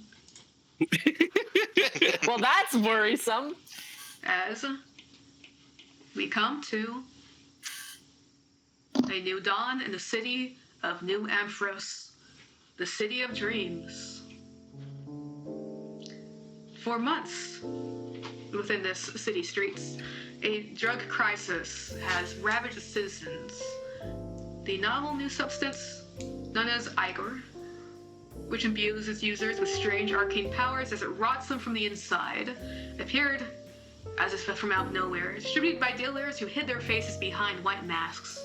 While the poorest of the city suffered from this new addiction, laborers of the Gages Guild rose up against the unseemly conditions in the Skylark yards. And what began as union negotiations between the Gages Guild and the Samson Sunrise Shipping Company turned to protests, which then turned to riots. All this followed at the tail end of a fresh crime wave, fueled by turf wars amongst the city's most notorious gangsters. And then, just as when all seemed bleakest, a handful of the NAPD's finest officers answered the call to duty. As the riots surged in North Town, these heroic officers hunted down the source of the Igor drug in Old Town, and there the truth of the drug source was revealed, harvested from the bodies of users that had been rotted fully and turned into ravenous zombies. The perpetrators of this horrendous operation were killed in a shootout, and their vital drug labs shut down for good. While the ringleader was never identified given the condition of the body, the city residents rested knowing that no more of the vile substance would be distributed across the streets. In the wake of this news, the leader of the Gages Guild negotiated with the Sunrise Samson Shipping for a new contract that would protect Skylark engineers. And meanwhile, the new leader of the Empress Church, Mater Althea, led an equinox mass that broke attendance records, during which she called for an era of peace and an end to the bloodshed. Yes, it seems that a new dawn has broken over New Ampharos, the heart of a human empire on the monster continent known as Arkenmore. However, every New Ampharoser knows that what's printed in the papers is not the whole story. While lid may be placed on the pot, the simmering water threatens to boil over at any time. The mayor of New Ampharos has missed his latest speech, sparking renewed rumors of his failing mental health. And while the Igor may have been taken from the streets, the addicts remain, hungry for a fix they can no longer find, and possessing of arcane powers they don't know how to use. The prison populations have flooded, the corrections officers not armed with the equipment or expertise to handle them. Instead, the courts have turned their gaze across the harbor, where the city's most ancient and most impenetrable prison stands. And here's where we begin a new story. Across the gray waters of the Imago Sea, on a lonely, rocky island with no natural resources to speak of, a fortress named Morgato was erected by the now-defunct Dwarven Kingdom of Valhalla. In the wake of the recent crime wave and the Icor Scourge, the city's prisoners have been resurrected here where they remain separated from the main continent, isolated from the dreams of escape and a life behind bars. The stormy waters of the Imago Sea stymie all hope. Only by raft could someone brave these cold waters in the deepening autumn, and no vessel passes through the gated port without permission. No one moves in or without armed escort. And here as we will now begin, not with heroes, but with convicts. And we come back as each of the 5 characters awaken, drenched in a cold sweat, on the hard cots of their cells within the prison known as Morgato. Visions of the dream from the previous night still flooding their heads. The bell to herald the morning, 0600, clangs. And I think we'll start in the women's ward with the ladies. So, yes. Specs, are you there? Yes. Cool. As incarcerated women stir from their beds, the bell clanging, reverberating through every cell. Carmen and Maya, you've shared the cell for the past months now. So go ahead and give us kind of a rundown on what your lives have been like together. So Carmen typically actually wakes a bit before the bell. She rises almost with the rising of the sun, during summer months at least, or winter months. And it might actually be a mild source of annoyance for Maya. But in the time that they have been there, Carmen has been a relatively quiet roommate, but mostly permissive. There is a small rat by the name of Simon, who is given food by mostly Maya, but also occasionally Carmen.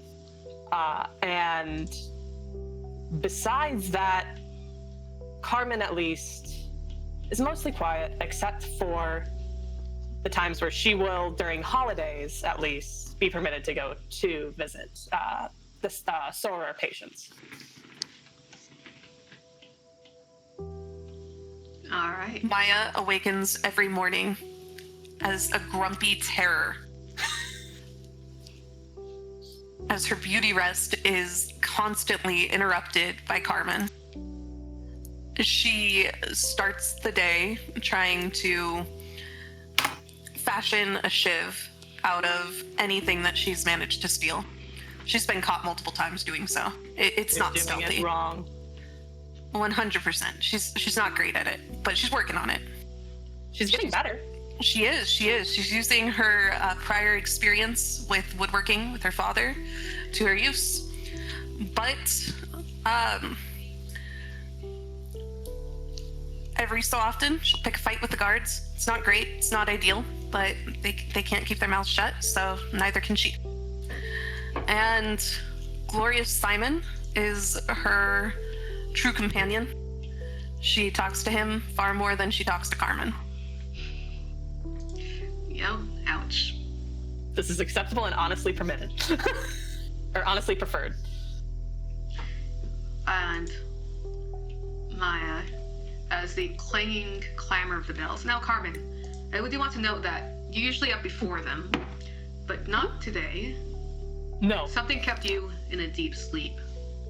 As you awaken with the visions, you can still see that grotesque, giant, corpse-like figure and feel that sensation as if your spirit self was being wrenched from your body, away from the light, being swallowed. With the tolling of the bell, we actually probably fell to the floor and am now like in a tangle of blankets with like hands checking where the wounds from the zombies and the ghouls had been wrought.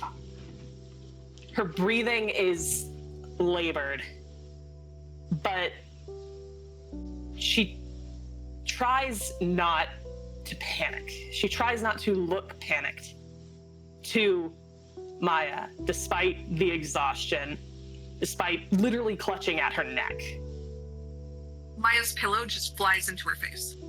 We catch it, and we fling it back. This is also normal. Rise and shine, princess. Do we have to? Always, unless you don't want to eat. I don't really want to eat. I'm going to be quite honest with you. There's a moment as Carmen rubs at her face. Her features are ashen, paler than normal, despite the fact that she typically is very pale. You're going to regret that if you don't eat, then you bitch before lunch. I don't think I can eat. I had the most disgusting dream. No. Yeah, I'll skip breakfast. It's fine. You're going to get yelled at by the guards again. It won't be the first time. It won't be the last time. Have fun getting courted into the pit. So, one thing I At do want least to come. know, since you're mentioning eating, this is very notable. Whilst your routine in prison has basically been homogenous, the same day after day, lately, your meal times, although have always been the same time in place, they've never been gourmet offerings, but it's very notable that recently the portions have grown smaller.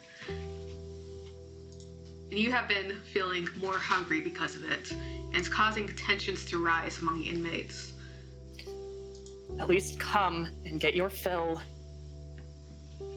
so that when trouble hits, you can either feed your rat, or you can use it as barter. They won't let you stay here. They never do. Maya sighs and prepares to follow. It's probably for the best. I mean, you know what Simon's been saying. No, what has he said this morning? Last night, not this morning. The owls blur, but enlighten me. He said he was hearing voices down below. You know, where they keep them in isolation. He says it stinks too.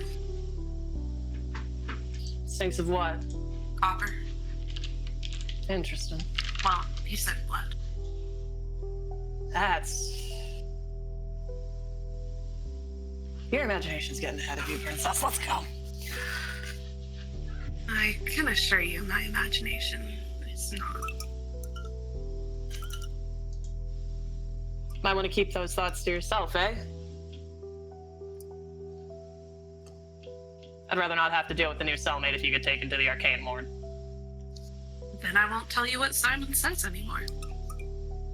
Or just don't say it to anyone else. Simon says. Yeah, that's why Simon. Now it's morning, so you don't see your little rat friend poking out from his hole. Usually comes at night.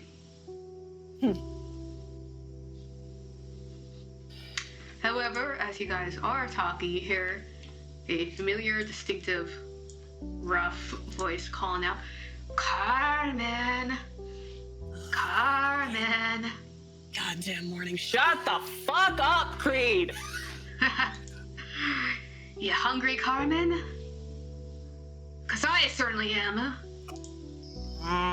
But I tell you what, your cellmate looks like a good snack right now. Back off. Not in the fucking mood today. No?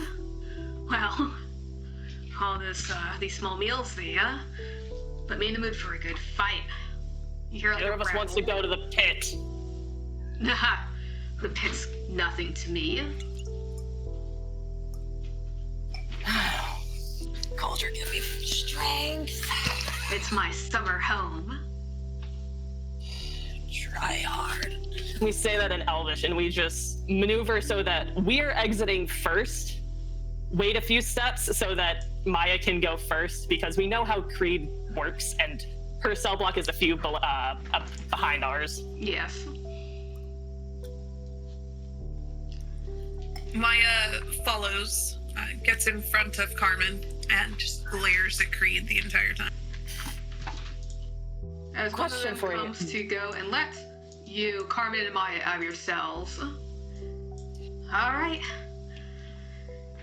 Time for breakfast, and the warden's got something special prepared for you lot today. They say as they unlock the bars and open it.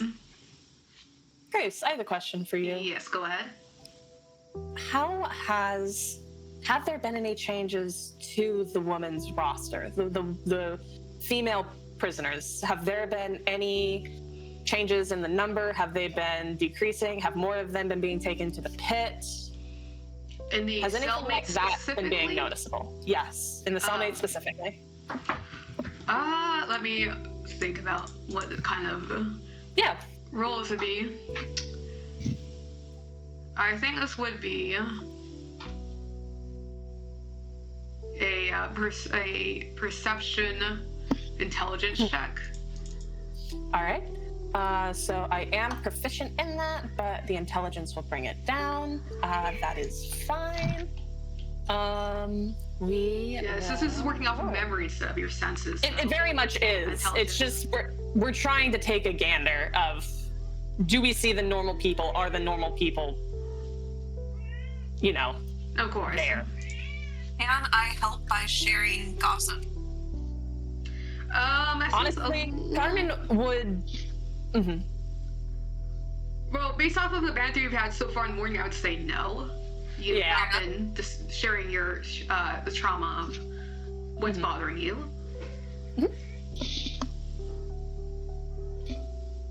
Okay, 14. 14. All right. So with that check, you can't say that you recall any specific changes among the women inmates. themselves, though, do you have, as you begin to think about it, who's been getting punished, who's been going to the, who's been being sent to the pit, perhaps, you do start to realize, as you're thinking about the punishment specifically, you realize that the guards themselves have been changed out more often the past couple days than usual. Oh.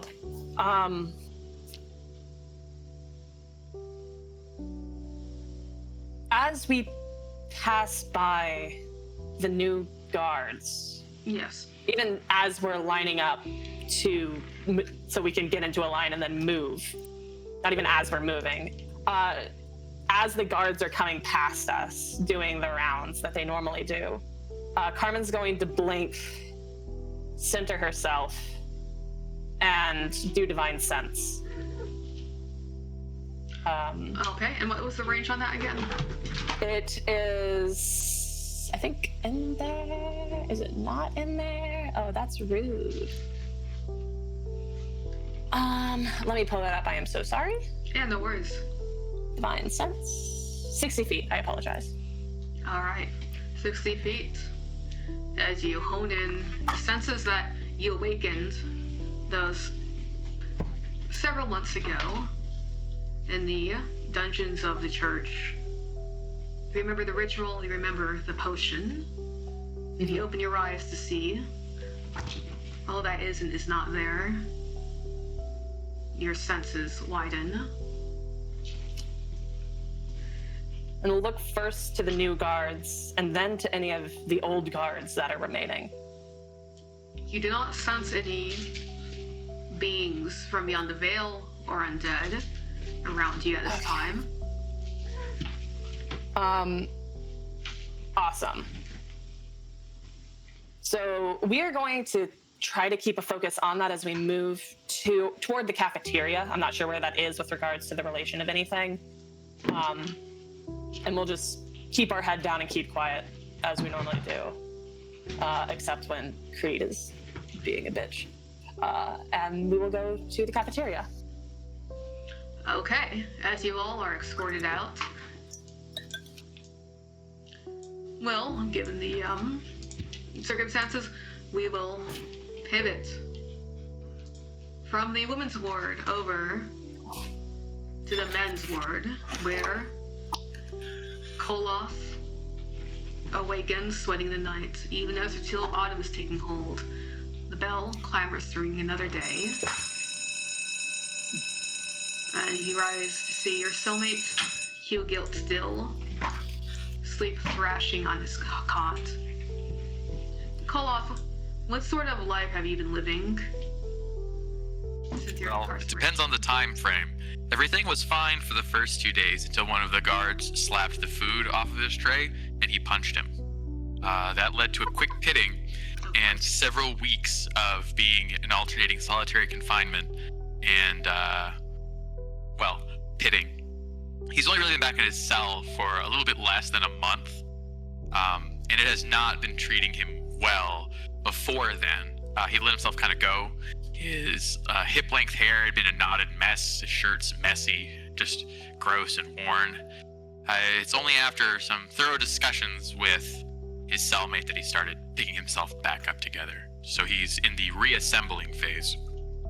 This is after the extra knowledge has been shared, right? Hugh has a reason for having Koloth's trust. The Hugh Gilt, who stylizes himself as a private investigator, has in fact told you about his story, his life as a successful detective, and how that last case he was working on, a murder case, of course, just before he could root out the suspect, he was set up to take the fall. He needs to know who, but he thinks as soon as he gets out of prison, he could prove his innocence. And he thinks he maybe found a way out. Yeah, when he mentions that not only is he a bugbear, but that he has a way out, that's a big relief. Yeah, of course. He's a private investigator, which means that he's like a man-at-arms. Oh, of course. Right. As a private investigator, so, of course, his species is not human, it's bugbear. Well, okay, so Gozar's very clear about how all humans interact with society, and he didn't mention regular humans because they just kind of fit in different roles. They aren't built right, so they have to figure out where they belong over time. And as for context, of course, being a native of Gozar, he comes from a very stratified society where hobgoblins, or the chosen of Gozar, are meant to rule. Bugbears are the martial arm. The goblins are laborers and craftsmen. As for the other species, Well, and sometimes things get weird. Like occasionally you'll find a halfling who's a brave warrior, and it's like, oh, that's not a halfling, it's a bugbear. Yeah. And sometimes you see humans who you'd think would be big, so they're fighters, but they focus on like engineering tasks. Like, oh, that's a big goblin. So it takes some adjusting, but thankfully, Gozar's very clear in that, like, what the roles are. So the problem is not the roles, it's our terminology.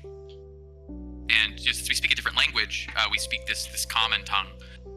We sometimes have to like borrow words. So the correct word is bugbear for a warrior, or like knight is, I think, a synonym.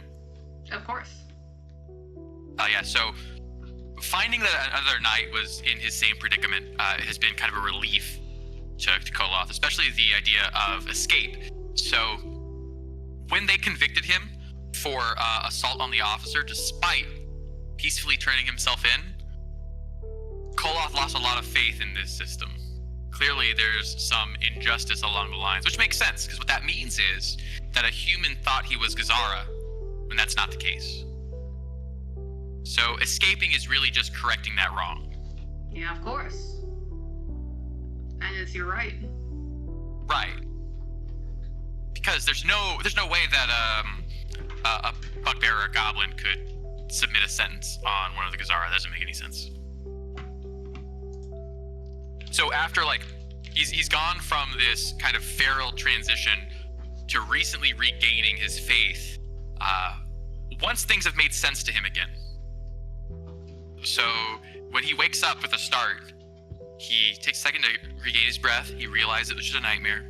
He looks over to his left where he sees his cell wall, and he takes a second to contemplate the painting he's put on there with dyes made from whatever he can scrounge from meals. Kind of a reminder of the landscape of his homeland, and that helps kind of center him for the day. Okay. And then he does his normal, like, cleaning process, where he takes as much water as he can and washes his face, and then he's got some kind of points to use for his hair, and from there he moves on to checking if Hugh's still alive. And as you go and check your cellmate, he kind of traps through. Oh boy, I had a real whopper of a nightmare last night, I tell you. Oh, sorry about that, Koloth. He kind of straightens up, adjusts his shirt. It's morning already, huh? It's morning. Are you well? You can tell me about the dream if that would help. Oh, well, nothing to go crying home to, that's for certain. And he kind of wipes his takes a small handkerchief that he's allowed and wipes his sweat off his forehead. Just must have had a bad piece of mystery meat last night. He looks around. Oh, morning already, huh? Yes, though the night was difficult for me as well. I also had a tough dream. I think it sometimes represents stressors, so it's possible that the lack of food may be the influencer, considering that we've both had a difficult time. Alright, I guess it's a good thing it's time for breakfast. This hole in my stomach is getting to be the size of Ormegon. He kind of pats. Koloth feels himself involuntarily cringe at hole in his stomach, considering that he, like, brain flashes to that redhead melting in front of his eyes moments ago. But It's sort of a thing that he doesn't have to shake it off. He can feel the muscles start to twinge, and then he fights it back. You okay there, pal? He says, kind of surveying you now. His gray eyes flecked with kind of these kind of amber colors. Looks you over. He said a thing that reminded me of the dream, and I showed a moment of weakness.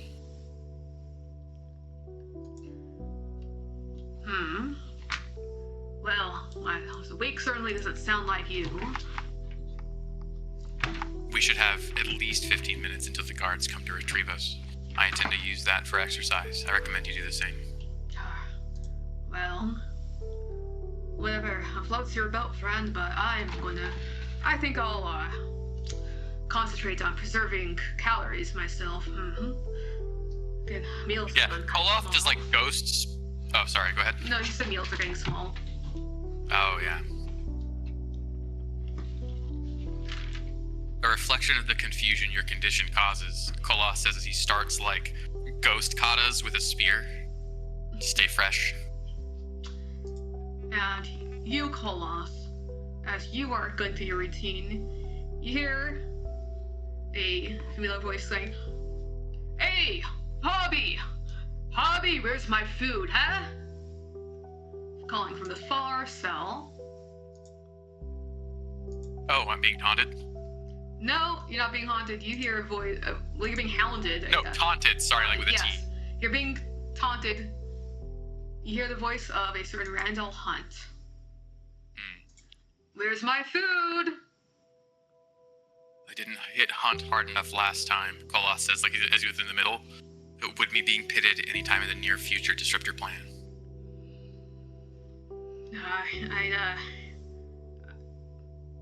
Wait, who was that directed at?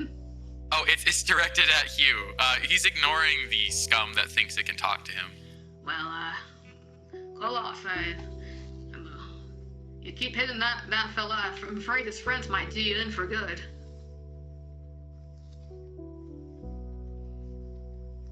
Those, the blood hunters, they don't fool around, see?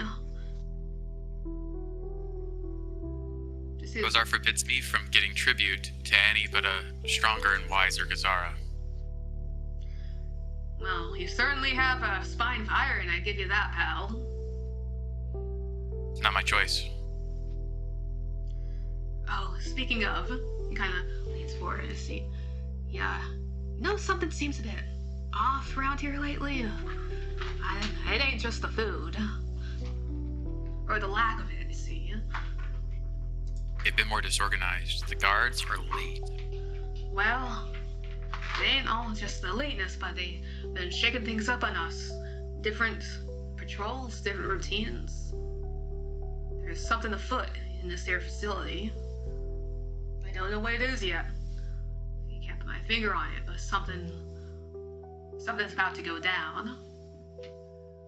It could be their regular sloppiness, he says, like turning around in the middle of his routine to go back across the room. I've noticed that some of these guards don't have the discipline of most bugbear. Well, I reckon it doesn't take too much discipline to knock the heads of a bunch of inmates. And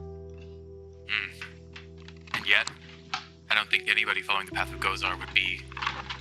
How late are they now? They should have our cell open. What was that you said? Oh, he's just commenting on the fact they should have our cell open to take us to breakfast by now. Okay, yeah, sorry. Cat unplugged my monitor, so let me fix that. The rabbit muffin truly is a wondrous beast. Alright, there we go. And as you say that, you hear the clink, clink, clink, clink, clink of the batons getting run across the bars. You hear, up, up! Everybody off their beds! As soon as he gets close to Koloth's cell, Koloth will cease his thing and step towards the gate, and as he's walking by, address him directly. Knight. The same human is speaking beyond his stature. I would recommend... Kung. Shut up, Hop. No one asked you. As he moves on. Your formal duty is to stop conflict between inmates. duty, huh? You'd better focus on getting breakfast. Stop It's sticking not my your nose rule. where it don't belong. Understood. Starts unlocking your cell. As your bars open. For the most part, Koloth follows the rules, but if that dude gets too close, he's not gonna wait for another threat. He's just gonna hit him. Understood. Yeah, it's just like pointlessly dangerous for him to wait to get his food stolen, especially with rations shrinking. Entirely true. And the threat of having your food stolen has basically been put out there. It's already been attempted a few times. They've beaten up Koloth many times before, so it's not unreasonable. And as you are being escorted to your breakfast, we will transition across the other way to the anti-arcane ward. The north side of the prison. Hide a tower that might have once housed powerful dwarven nobility. The anti-arcane ward, where all hours of the day machines pump nullification gas, heavy, lightly violet in color, falling from upper floors and down to the lower ones like a spa that stifles the lungs. No magic can survive in a structured form while the gas is present. No spells known to books or scholars will take shape into anything harmful or damaging. Up in the tower, though not the highest floor, there are two arcane offenders who share a cell, a human and a halfling. Just like the others, their meals have grown scant, and just like the others, they awaken with the harsh clanging of the morning bells. Aside from the hollowness in their bellies, there is that cold sweat, that gripping terror of the visions they saw in the night. Callum and Edmund, yeah, go ahead, describe how your lives together have been.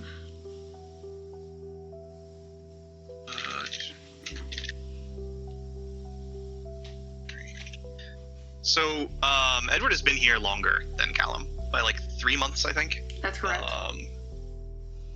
So, Trent, feel free to weigh in at any point, but the two have actually gotten along pretty well. They're both pretty quiet and clean as far as inmates go. They're worse cellmates to have. Callum has, like, kind of tried to pick Edward's brain clean about what he knows about New Ampharos, since he's such a newcomer to the city. Do we have any, like, windows or anything up here? There's a single barred window that's not in your cell, but you can see it. Interesting. It's pretty dull. So I think that the two of them mostly pass the time just by talking. Callum doesn't really know how Edward's magic works, but he's told him a little bit of how his own does and what he can do. But none of it. So this nullification gas, does it stop like specific kinds of magic or all magic? For what your character knows about it, are you trained in Arcana? No. I can add my Wisdom mod to Arcana rolls, but I'm not. I am at a plus, technically a +3 Arcana. But I'm not. It's not a proficiency. Oh. Well, would you have tried to cast anything since arriving in the prison, or transform? Probably he would have tried to. Yeah, he would have tried to at least use like the cantrips he has that can produce clean water, because I doubt that the quality of water we're getting in here is very good. Which I think that's literally just shape water. All right. Lets you fill a cup with water. So in that case, you are untrained in Arcana. You're going to have to intuit what's going on. So make an Arcana check with your Wisdom modifier, but at disadvantage since you're untrained. All right. 3 disadvantage. Not today. It's not something that back in the country or amongst your community that you are very knowledgeable of. But everything you've attempted, you've seen the energy, the magic, as you go through the motion of the spell and cast it. there are sparks of it that caught in the gas and then it fizzles out, and nothing takes form. As you attempt to, if you did attempt to transform, then there'll be this strange sensation of the gas rushing around your body and consuming, sparking the magic, and you can't change. Interesting. Okay, well, I know how I want to wake up. All right. Do you have anything you want to add, Trent?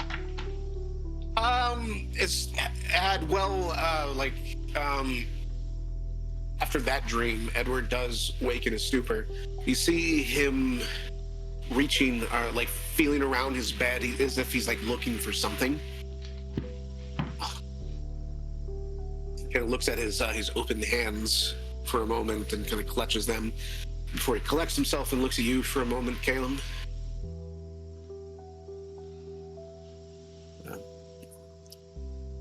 A dream. Vivid. Lifelike, much like the others. I think that Callum is having something that looks not dissimilar to a seizure, because his body thought it was transformed while he was in the dream, and then he woke and he had slipped. He had not been transformed. He was in a normal human's body, and so I think he's writhing basically in his bed, contorting in kind of unnatural ways, as his mind catches back up to the fact that he's in a halfling's body and not in the body of a 1,500-pound bear. There's like a choking noise. Oh, I had a hell of a dream, too. Water. Gropes for a glass. Edward would stand up and fill it for you, as he was the one to first wake. And as he hands you the glass, he's going to look at you for a moment. Were you a bear? I was a bear. We were in the cafeteria, and there were dead things, and you were there. Yeah, I was. I remember it too. I've had similar dreams like this, so lifelike. I don't think that was a dream. I don't want to alarm you, and I don't think that was a dream at all. No. Prophecy? Or some kind of magical implanted experience? There are tales of such, but none that I know of.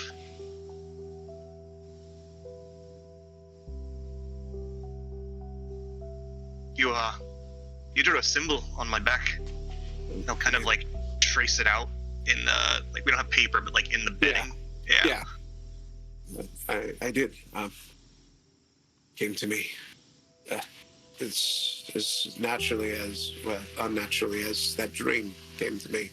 Came to you. The book. It's not here, but not yet. And, of course, and he'll cast the elementalism spell that would normally fill the cup, and there's just Yeah, it fizzles out in the dull gas. Damn it. I'll head it back for a second. No magic. Not here. But soon. Something's wrong. You feel this, yes. I think the dwindling supplies. The limited food. The guards are jumpy. So are the prisoners. Something's happening. Whatever it is, it might be our best chance to get out of here. You were holding something when you used a spell, when you transformed. What was it? It looked like a branch. Willow branches. They conduct spirite very well. It's not like a wand, you could say. An implement for the accumulation and direction of magical power. Did you have something like that on your person when you were arrested? Did I? I don't remember. Probably. No. It's been a minute. It's something that you've seen before, that branch. Oh, okay. It's not something I've seen before? Nope. No. Nay. I know stories as such, and but never actually held one myself. I feel it. We'll find it at some point. What was that book about? So it's what started me on this whole thing. It's the only thing I have. Kind of clutches at empty air. Of my father. When I found it, it opened me to experiences it opened me to experiences, words, voices. They've been quiet, blissfully quiet, since I've been here, but I'm beginning to hear them again. Such tomes are rare. Conduits of great power. Do you want to find it again? I don't, but I need to find it. Stop it. You're Well, fine. All we Stop need it. is some breakfast, and you look like you do too. Where are the guards? As you are talking, you hear from the other cell that's shared on this floor, you hear a familiar voice saying, "Edward! Callum! Hey! Hey!" The voice of Lester Locks, across from his cell, calls to you.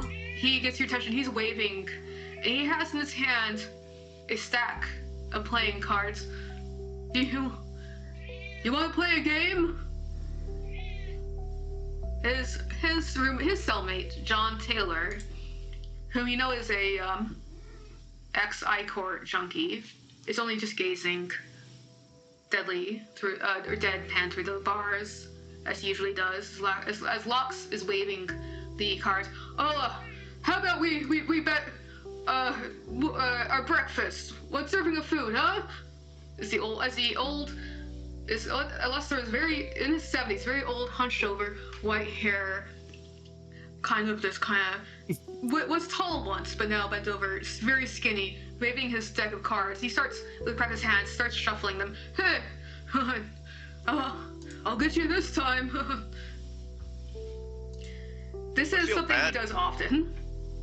Is he's more often on the losing side of the gambling or on the winning side of the gambling? He's not bad. He's not bad at it, but he gets very flustered easily. So once you have the upside, he tends to lose very hard. Edward will take him up on this game, fully intending to lose to give him a portion of his breakfast. All right. So this is a bit of an absurd thing that you've done before, where Lester Locks will throw the cards deftly across the room through the bars as you kind of pick them up and make your hand. And you make your hand, and you play a game of Busters, one of the popular kind of blackjack-esque game. And Edward, you're going to lose on purpose. Yes. As you play through like a couple rounds, you ante up a bit as he realizes he has the winning hand, and you've purposely busted and gone over your limit. He starts to skip. He's like, ha ha ha ha! Ha! There's another one for old Lester Locks! Ha ha ha! As he skips old man kind of in his cell.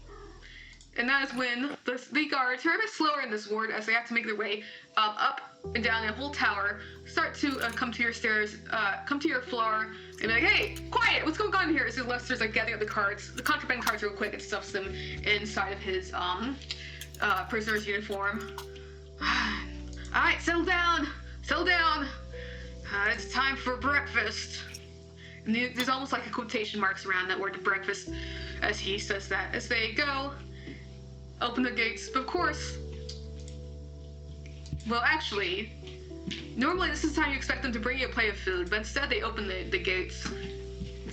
We got a special breakfast planned for you today. You're taking it with the other prisoners as they get out their handcuffs ready to put them over your wrists so that you cannot cast spells when you come to join the other prisoners. There's not necessary whatsoever. We don't have to. Put him out. Eyebrows raised. He just waits. Just used to the routine at this point. Yeah, Edward is gonna put his hands forward. He puts the handcuffs around you. Now, usually you take your lunches with the other prisoners, so this is early. Yeah. Other than that, it's the same routine.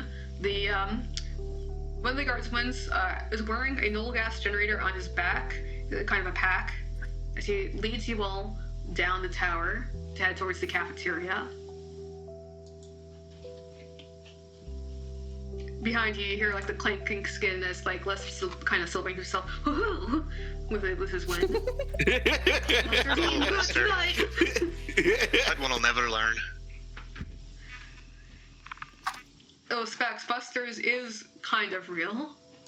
Oh. We just haven't played it in a long time.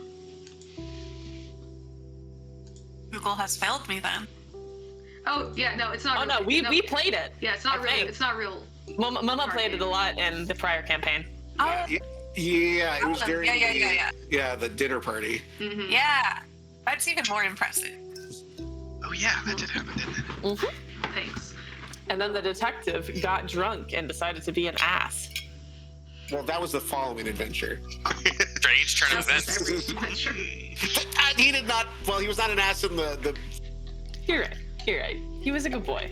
He was a different kind of ass in the first one, and that was that was specifically directed at Firo. Fucking tourist. Smoke out of here. Fucking Z Street. G Street represent. Z Street represent. OG. Does anything happen at breakfast? Well, As funny that we you mention apparently have members of the arcane ward here, which is Unusual. weird. that. Yes. So, all prisoners in the facility are escorted to the cafeteria. And memories from that nightmare come back to you.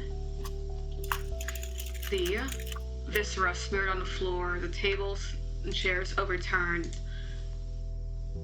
But so far today, aside from the unusually large gathering, the inmates from the anti-arcane ward being present, nothing seems amiss.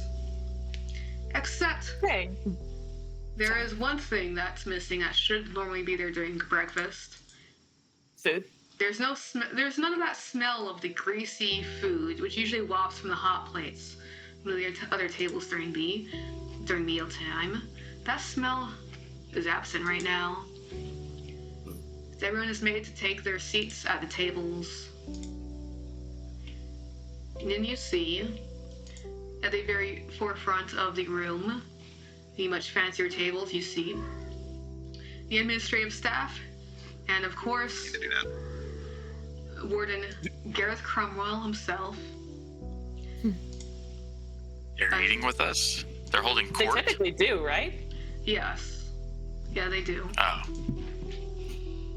I guess you could call it holding court, yes. It basically is. Grace, if we keep an eye out, Do we have assigned seats? Kind of in a way, if you're kind of led in rows Got it. to come and sit at the tables in sequence. So it really depends on which way you're on the line that day, more than anything. Oh, if any of you guys were from my dream and Koloth can see you, you see like a hobgoblin with like very tightly controlled hair just like staring in your direction like it's an insane thing that you exist in real life. Like, You would. Callum is definitely looking around for Yeah. signs of anybody The else that was in the moment dream. that Carmen went into the cafeteria, there is a tenseness to her shoulders. yeah, absolutely. Her eyes are just flitting around half wild before they lock on to the first of you who isn't Maya that she sees. Because we've never had actual communications. We might have seen you, but why Yeah. the fuck would we dream of you? Maya, that kind of makes sense. We've had to deal with her bullshit for like 3 months. Y'all, that's not right. Well, from my perspective, that goblin can turn into a bear. Sorry, Yeah. halfling. And that mob can actually be a decent person, which is fucking whack. He said for the non-combatants to flee, and that's not normal. They just take our money. Well, if you need protecting, it's a reciprocal relationship. Well, ultimately, I guess it's up to Grace, but I mean, probably it would be based on whoever has the best perception would start finding people first, I would think. Yeah, absolutely. Which would probably be Callum, and and of course Maya. Yeah. What are everybody's perception skills, though? 13. 16. Jesus. Definitely Maya. Yeah. Yeah, 14. Oh, hey, 14. Me too. I only have perception when I will it, so No. not passive. Yeah, I have good wisdom, but it's not a skill I have proficiency in. So Yeah. Understood. Maya's kind of going to tug at Carmen's sleeve Despite everything, we follow after Maya very readily. and point out people. Hand down. Don't need to draw attention. Not yet. Wait, why are you pointing? There's a momentary pause, and it's like, wait. What the fuck? You see that guy? Alright, break it up. I dreamed he was a bear last night. There's a pause. A very notable pause. When we get back to the cell, we're going to have to talk about a lot of things. Carmen, as a point of order, Yes. as you look over and you see the halfling form of Callum, though you see, the diminutive form. However, on top of it, there is a sort of like double vision. You kind of see like the shape of a larger bestial form around him, What in God's name? and you blink, and it kind of, the extra vision kind of wavers and dissipates. don't read into that. That doesn't mean anything. That doesn't mean anything. You're just hungry. You're hallucinating. You're just hungry. I'm hobbit lighting you. How hard would it be, based off of our relative positionings? She has been here for 8 months. To get to a table near that guy. You generally have to stay in line. It would be so slipping from one part of the line to another, especially since you're going into a segregated line of casters, would be a very difficult stealth check. No, we can't do that. Right. And we're going to maneuver, kind of like tilting our head toward Maya.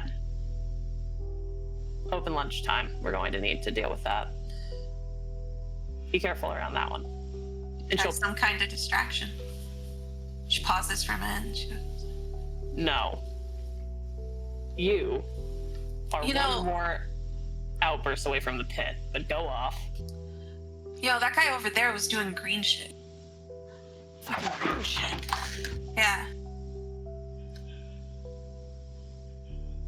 Wait. There's another Carmen's hand will actually come up and press momentarily against Maya's shoulder. I really hate every single word that you're saying here. I mean, I didn't think anything of it. You didn't think. Get your food. It was a dream. You were in the dream. You're normally in dreams these days. All I ever see What is the you. hell does that mean? Wait. And that's where we Cute, begin though. Carmen and Maya romance arc. Literally had a dream 2 nights ago that you were just praying all night long. Was that a dream? No, that was normal. I Why hate did you dream? Okay, get your food. Get your food. We're shuffling her as we're also attempting to grok where these motherfuckers are going to be in the line.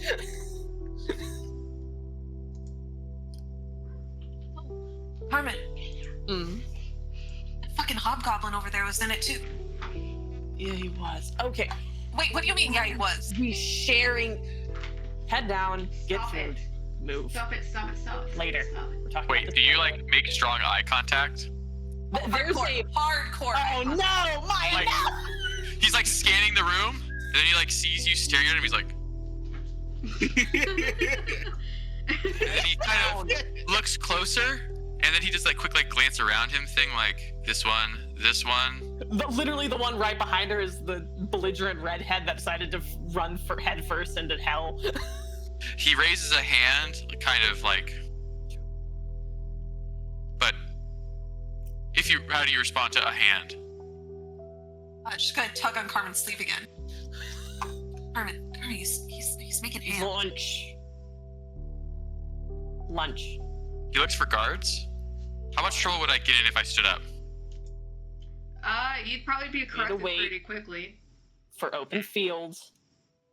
You do know that that usually after breakfast is the time in the recreations yard. Okay, I thought that was after lunch, so that actually does change a few things. Yeah. Okay. Yeah. They want to let us out when we're still sleeping. He's gonna mutter to Hugh and be like, "Those two were together in the dream I had. How strange is that? She won't stop staring at me." Your head down, Maya. You would dream about she puts her head those down? names. He points at some other women prisoners. Yeah, I mean, I can see it. No. Maya explicitly does not put her head down. That one. He's openly pointing at you without moving his eyes away. Like, and then you see him like grab a dude next to him and scoot him sideways and point for him, because they go through like this vaudeville style routine of 3 different like, oh, that one's a looker, and Koloth's like, no, less attractive. This one. He's like, oh yeah, the orc, huh? It's like, no. Again, not attractive. You would literally see like Carmen's attempting to be mild, except for the fact that she can't be mild without any sort of means. There's just a hand that comes up to Maya's like neck and just mild tilting back to the food. Now, all right. Maya is just grumbling at Carmen the whole time, the rest of the meal. Do not care. Now, you guys have not gotten your food yet. We have not. We're still in line. Yeah, no. Oh, we're still in line. You're still waiting. We're making dramatic eye contact while still in line. Now, Assuming that Edward. I was going to say that Koloth, once you do direct Hugh to the correct broads, you'll need like a huge insight to see him go like the color drains from his face. He just goes, "Oh, Goldra, I believe I dreamt about the same dames as you, but no, that can't be." He turns fully, taking his eyes off the girls, and just grabs Hugh, both hands, digging fingers in as hard as he can, an iron grip into his shoulders. A giant creature, ribs filled with the dead. He like just kind of slowly, like very slowly nods. I believe we have some gabbing to do after this meal, Koloth. Of course. And then he's all composure again. He takes a deep breath, marks where the girls are in his vision, and does his best to relax. Alright. And Trent. Like yeah, Trent. Presuming that Ed and Callum are not like next to each other in the lineup, Ed is going to kind of unabashedly like, Callum. Huh? Wait. Like presuming there's like just several bodies like between them, and he's just kind of ignoring the people near him as he's just kind of edging around. Did you see that? I can't see shit from down here. Just like we're in these lines of old people. And he's like, As far as you can see, yeah. it's like, does that one have red hair? I can't tell. Fair few people that from the dream. What are they doing? Well, some of them are staring at each other, so that's promising. Promising and concerning. Yeah, it is. Well, it's not like we're getting over to him right now, and I can't exactly be doing anything with my hands like this. Try and find him after breakfast, maybe? That'd be the best bet. Alright. Really cannot see anything from down here. Keep following the line, Caleb. You'll be fine. Ridiculous. And you all...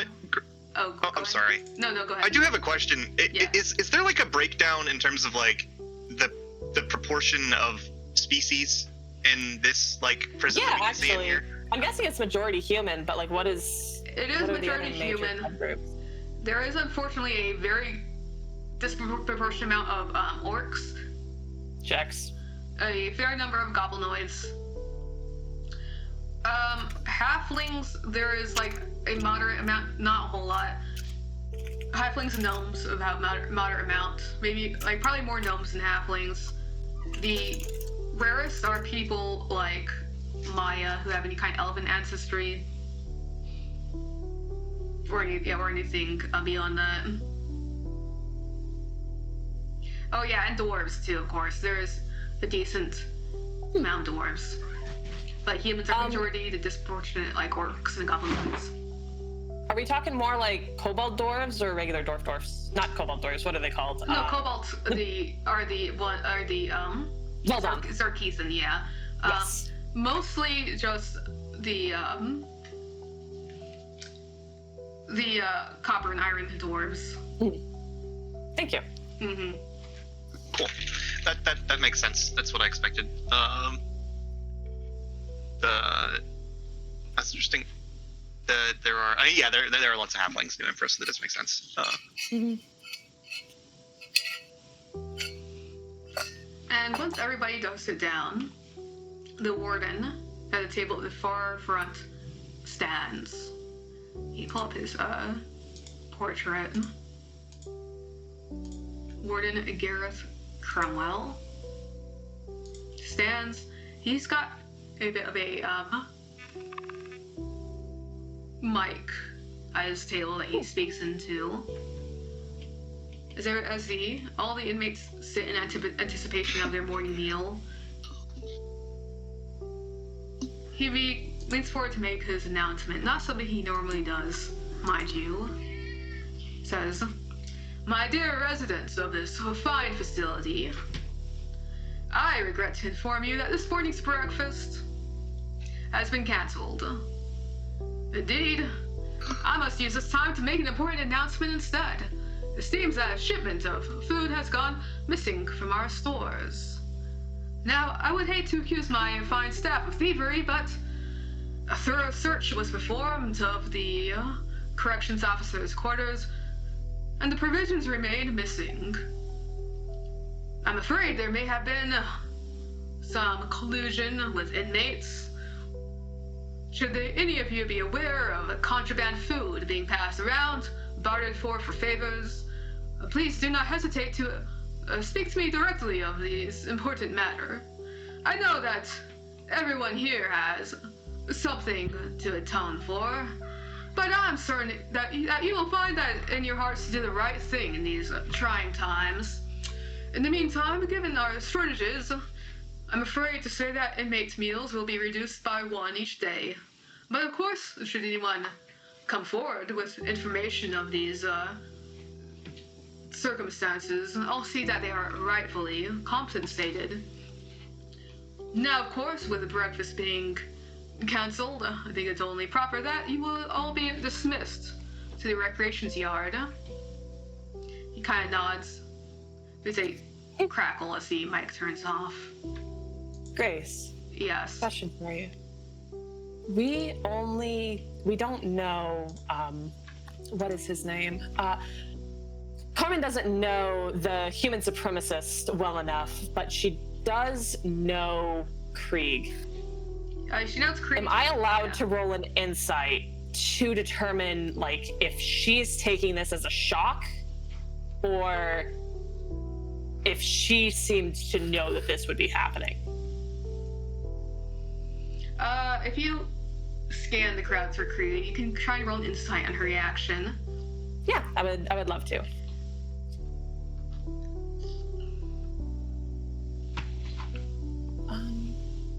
Does alert give me anything for this? Sorry about that. I just want to make sure that yeah, no, it doesn't. Okay, that's fine. 15? You see Creed. You see her face. Defiant as always, stern, jaw jutted forward. At the mention of breakfast being cancelled, her shoulders square up. She leans forward. You can see someone who's getting ready to fight. And very similarly, the rest of the inmates, there's mutter. You can feel the tension. It's tangible in the air around you, thick, as people are getting restless. Some people cry out like, "No breakfast!" As the guards kind of come over their batons like, "Silence! Shut up!" To quell the very obvious unease, the very obvious disrest. As people realize they will not be eating this morning, as the guards attempt to escort them to the recreations yard without their meal. How many times have we not been fed before? I know that the rations have been decreased. Is this the first time that it is? This is the first time you that missed we've a gone meal. without? Yeah, that wasn't a direct punishment to the individual. Interesting. Okay.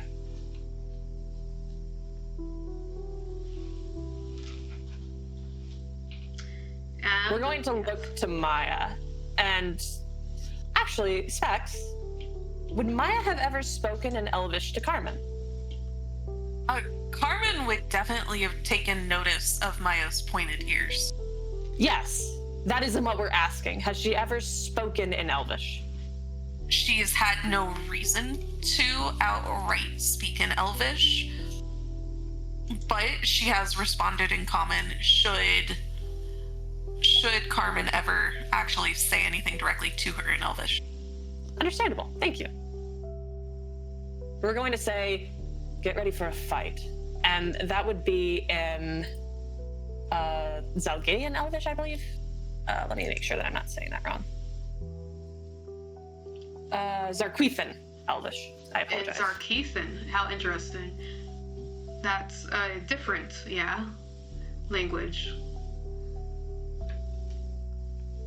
Than what Maya knows. Yeah. Yes. We don't entirely know. If she doesn't seem to know what we're saying, hand will go to her wrist and we will whisper, a fight's going to happen the moment we enter the yard. I'm willing to put money on it. Get ready. If you can hold them off long enough, I can probably do a bit of a distraction. I There's a don't pause. mean fight them off, just, words. There's an eyebrow. You think I'm good with words, princess? Interesting. Just get them looking at you and not me. Fair enough. I don't know if they'll be aiming at us. They might be aiming at guards. That's fine too. Depending. Just head up. Eyes up. Be alert. And so, Be ready. you are all escorted through the labyrinthine halls of the ancient fortress, and out to the cold, crisp air of an encroaching autumn. The winds carry sea mists that stroke your faces, your eyes adjust to the light of the outdoors, which is stark even on such an overcast day. And in long lines, all the prisoners are led into the only open field on the eponymously named Isle of Borgato. Though tilled, the sandy field is full of loose gravel and small rocks. In the middle stands a singular tall, jutting stone, about 12 feet high, made of jagged dark rock flecked with glaring black spots. Some say it's a remnant of the dwarven machinery from the defunct fortress, and others say it's a curse from the island itself. But the convicts, now loosened from their confines, begin to mill about. Some turn to the workout benches and the weight set situated on the walls by the facility, while others begin to kick around a half-deflated soccer ball. It's the usual routine, but today, things are different. The hunger and anger are plain on the convicts' faces, and their eyes look predatory as they look around. And that is where we will end today's session, the first session of the campaign. Very nice. Hell Good yeah. stuff.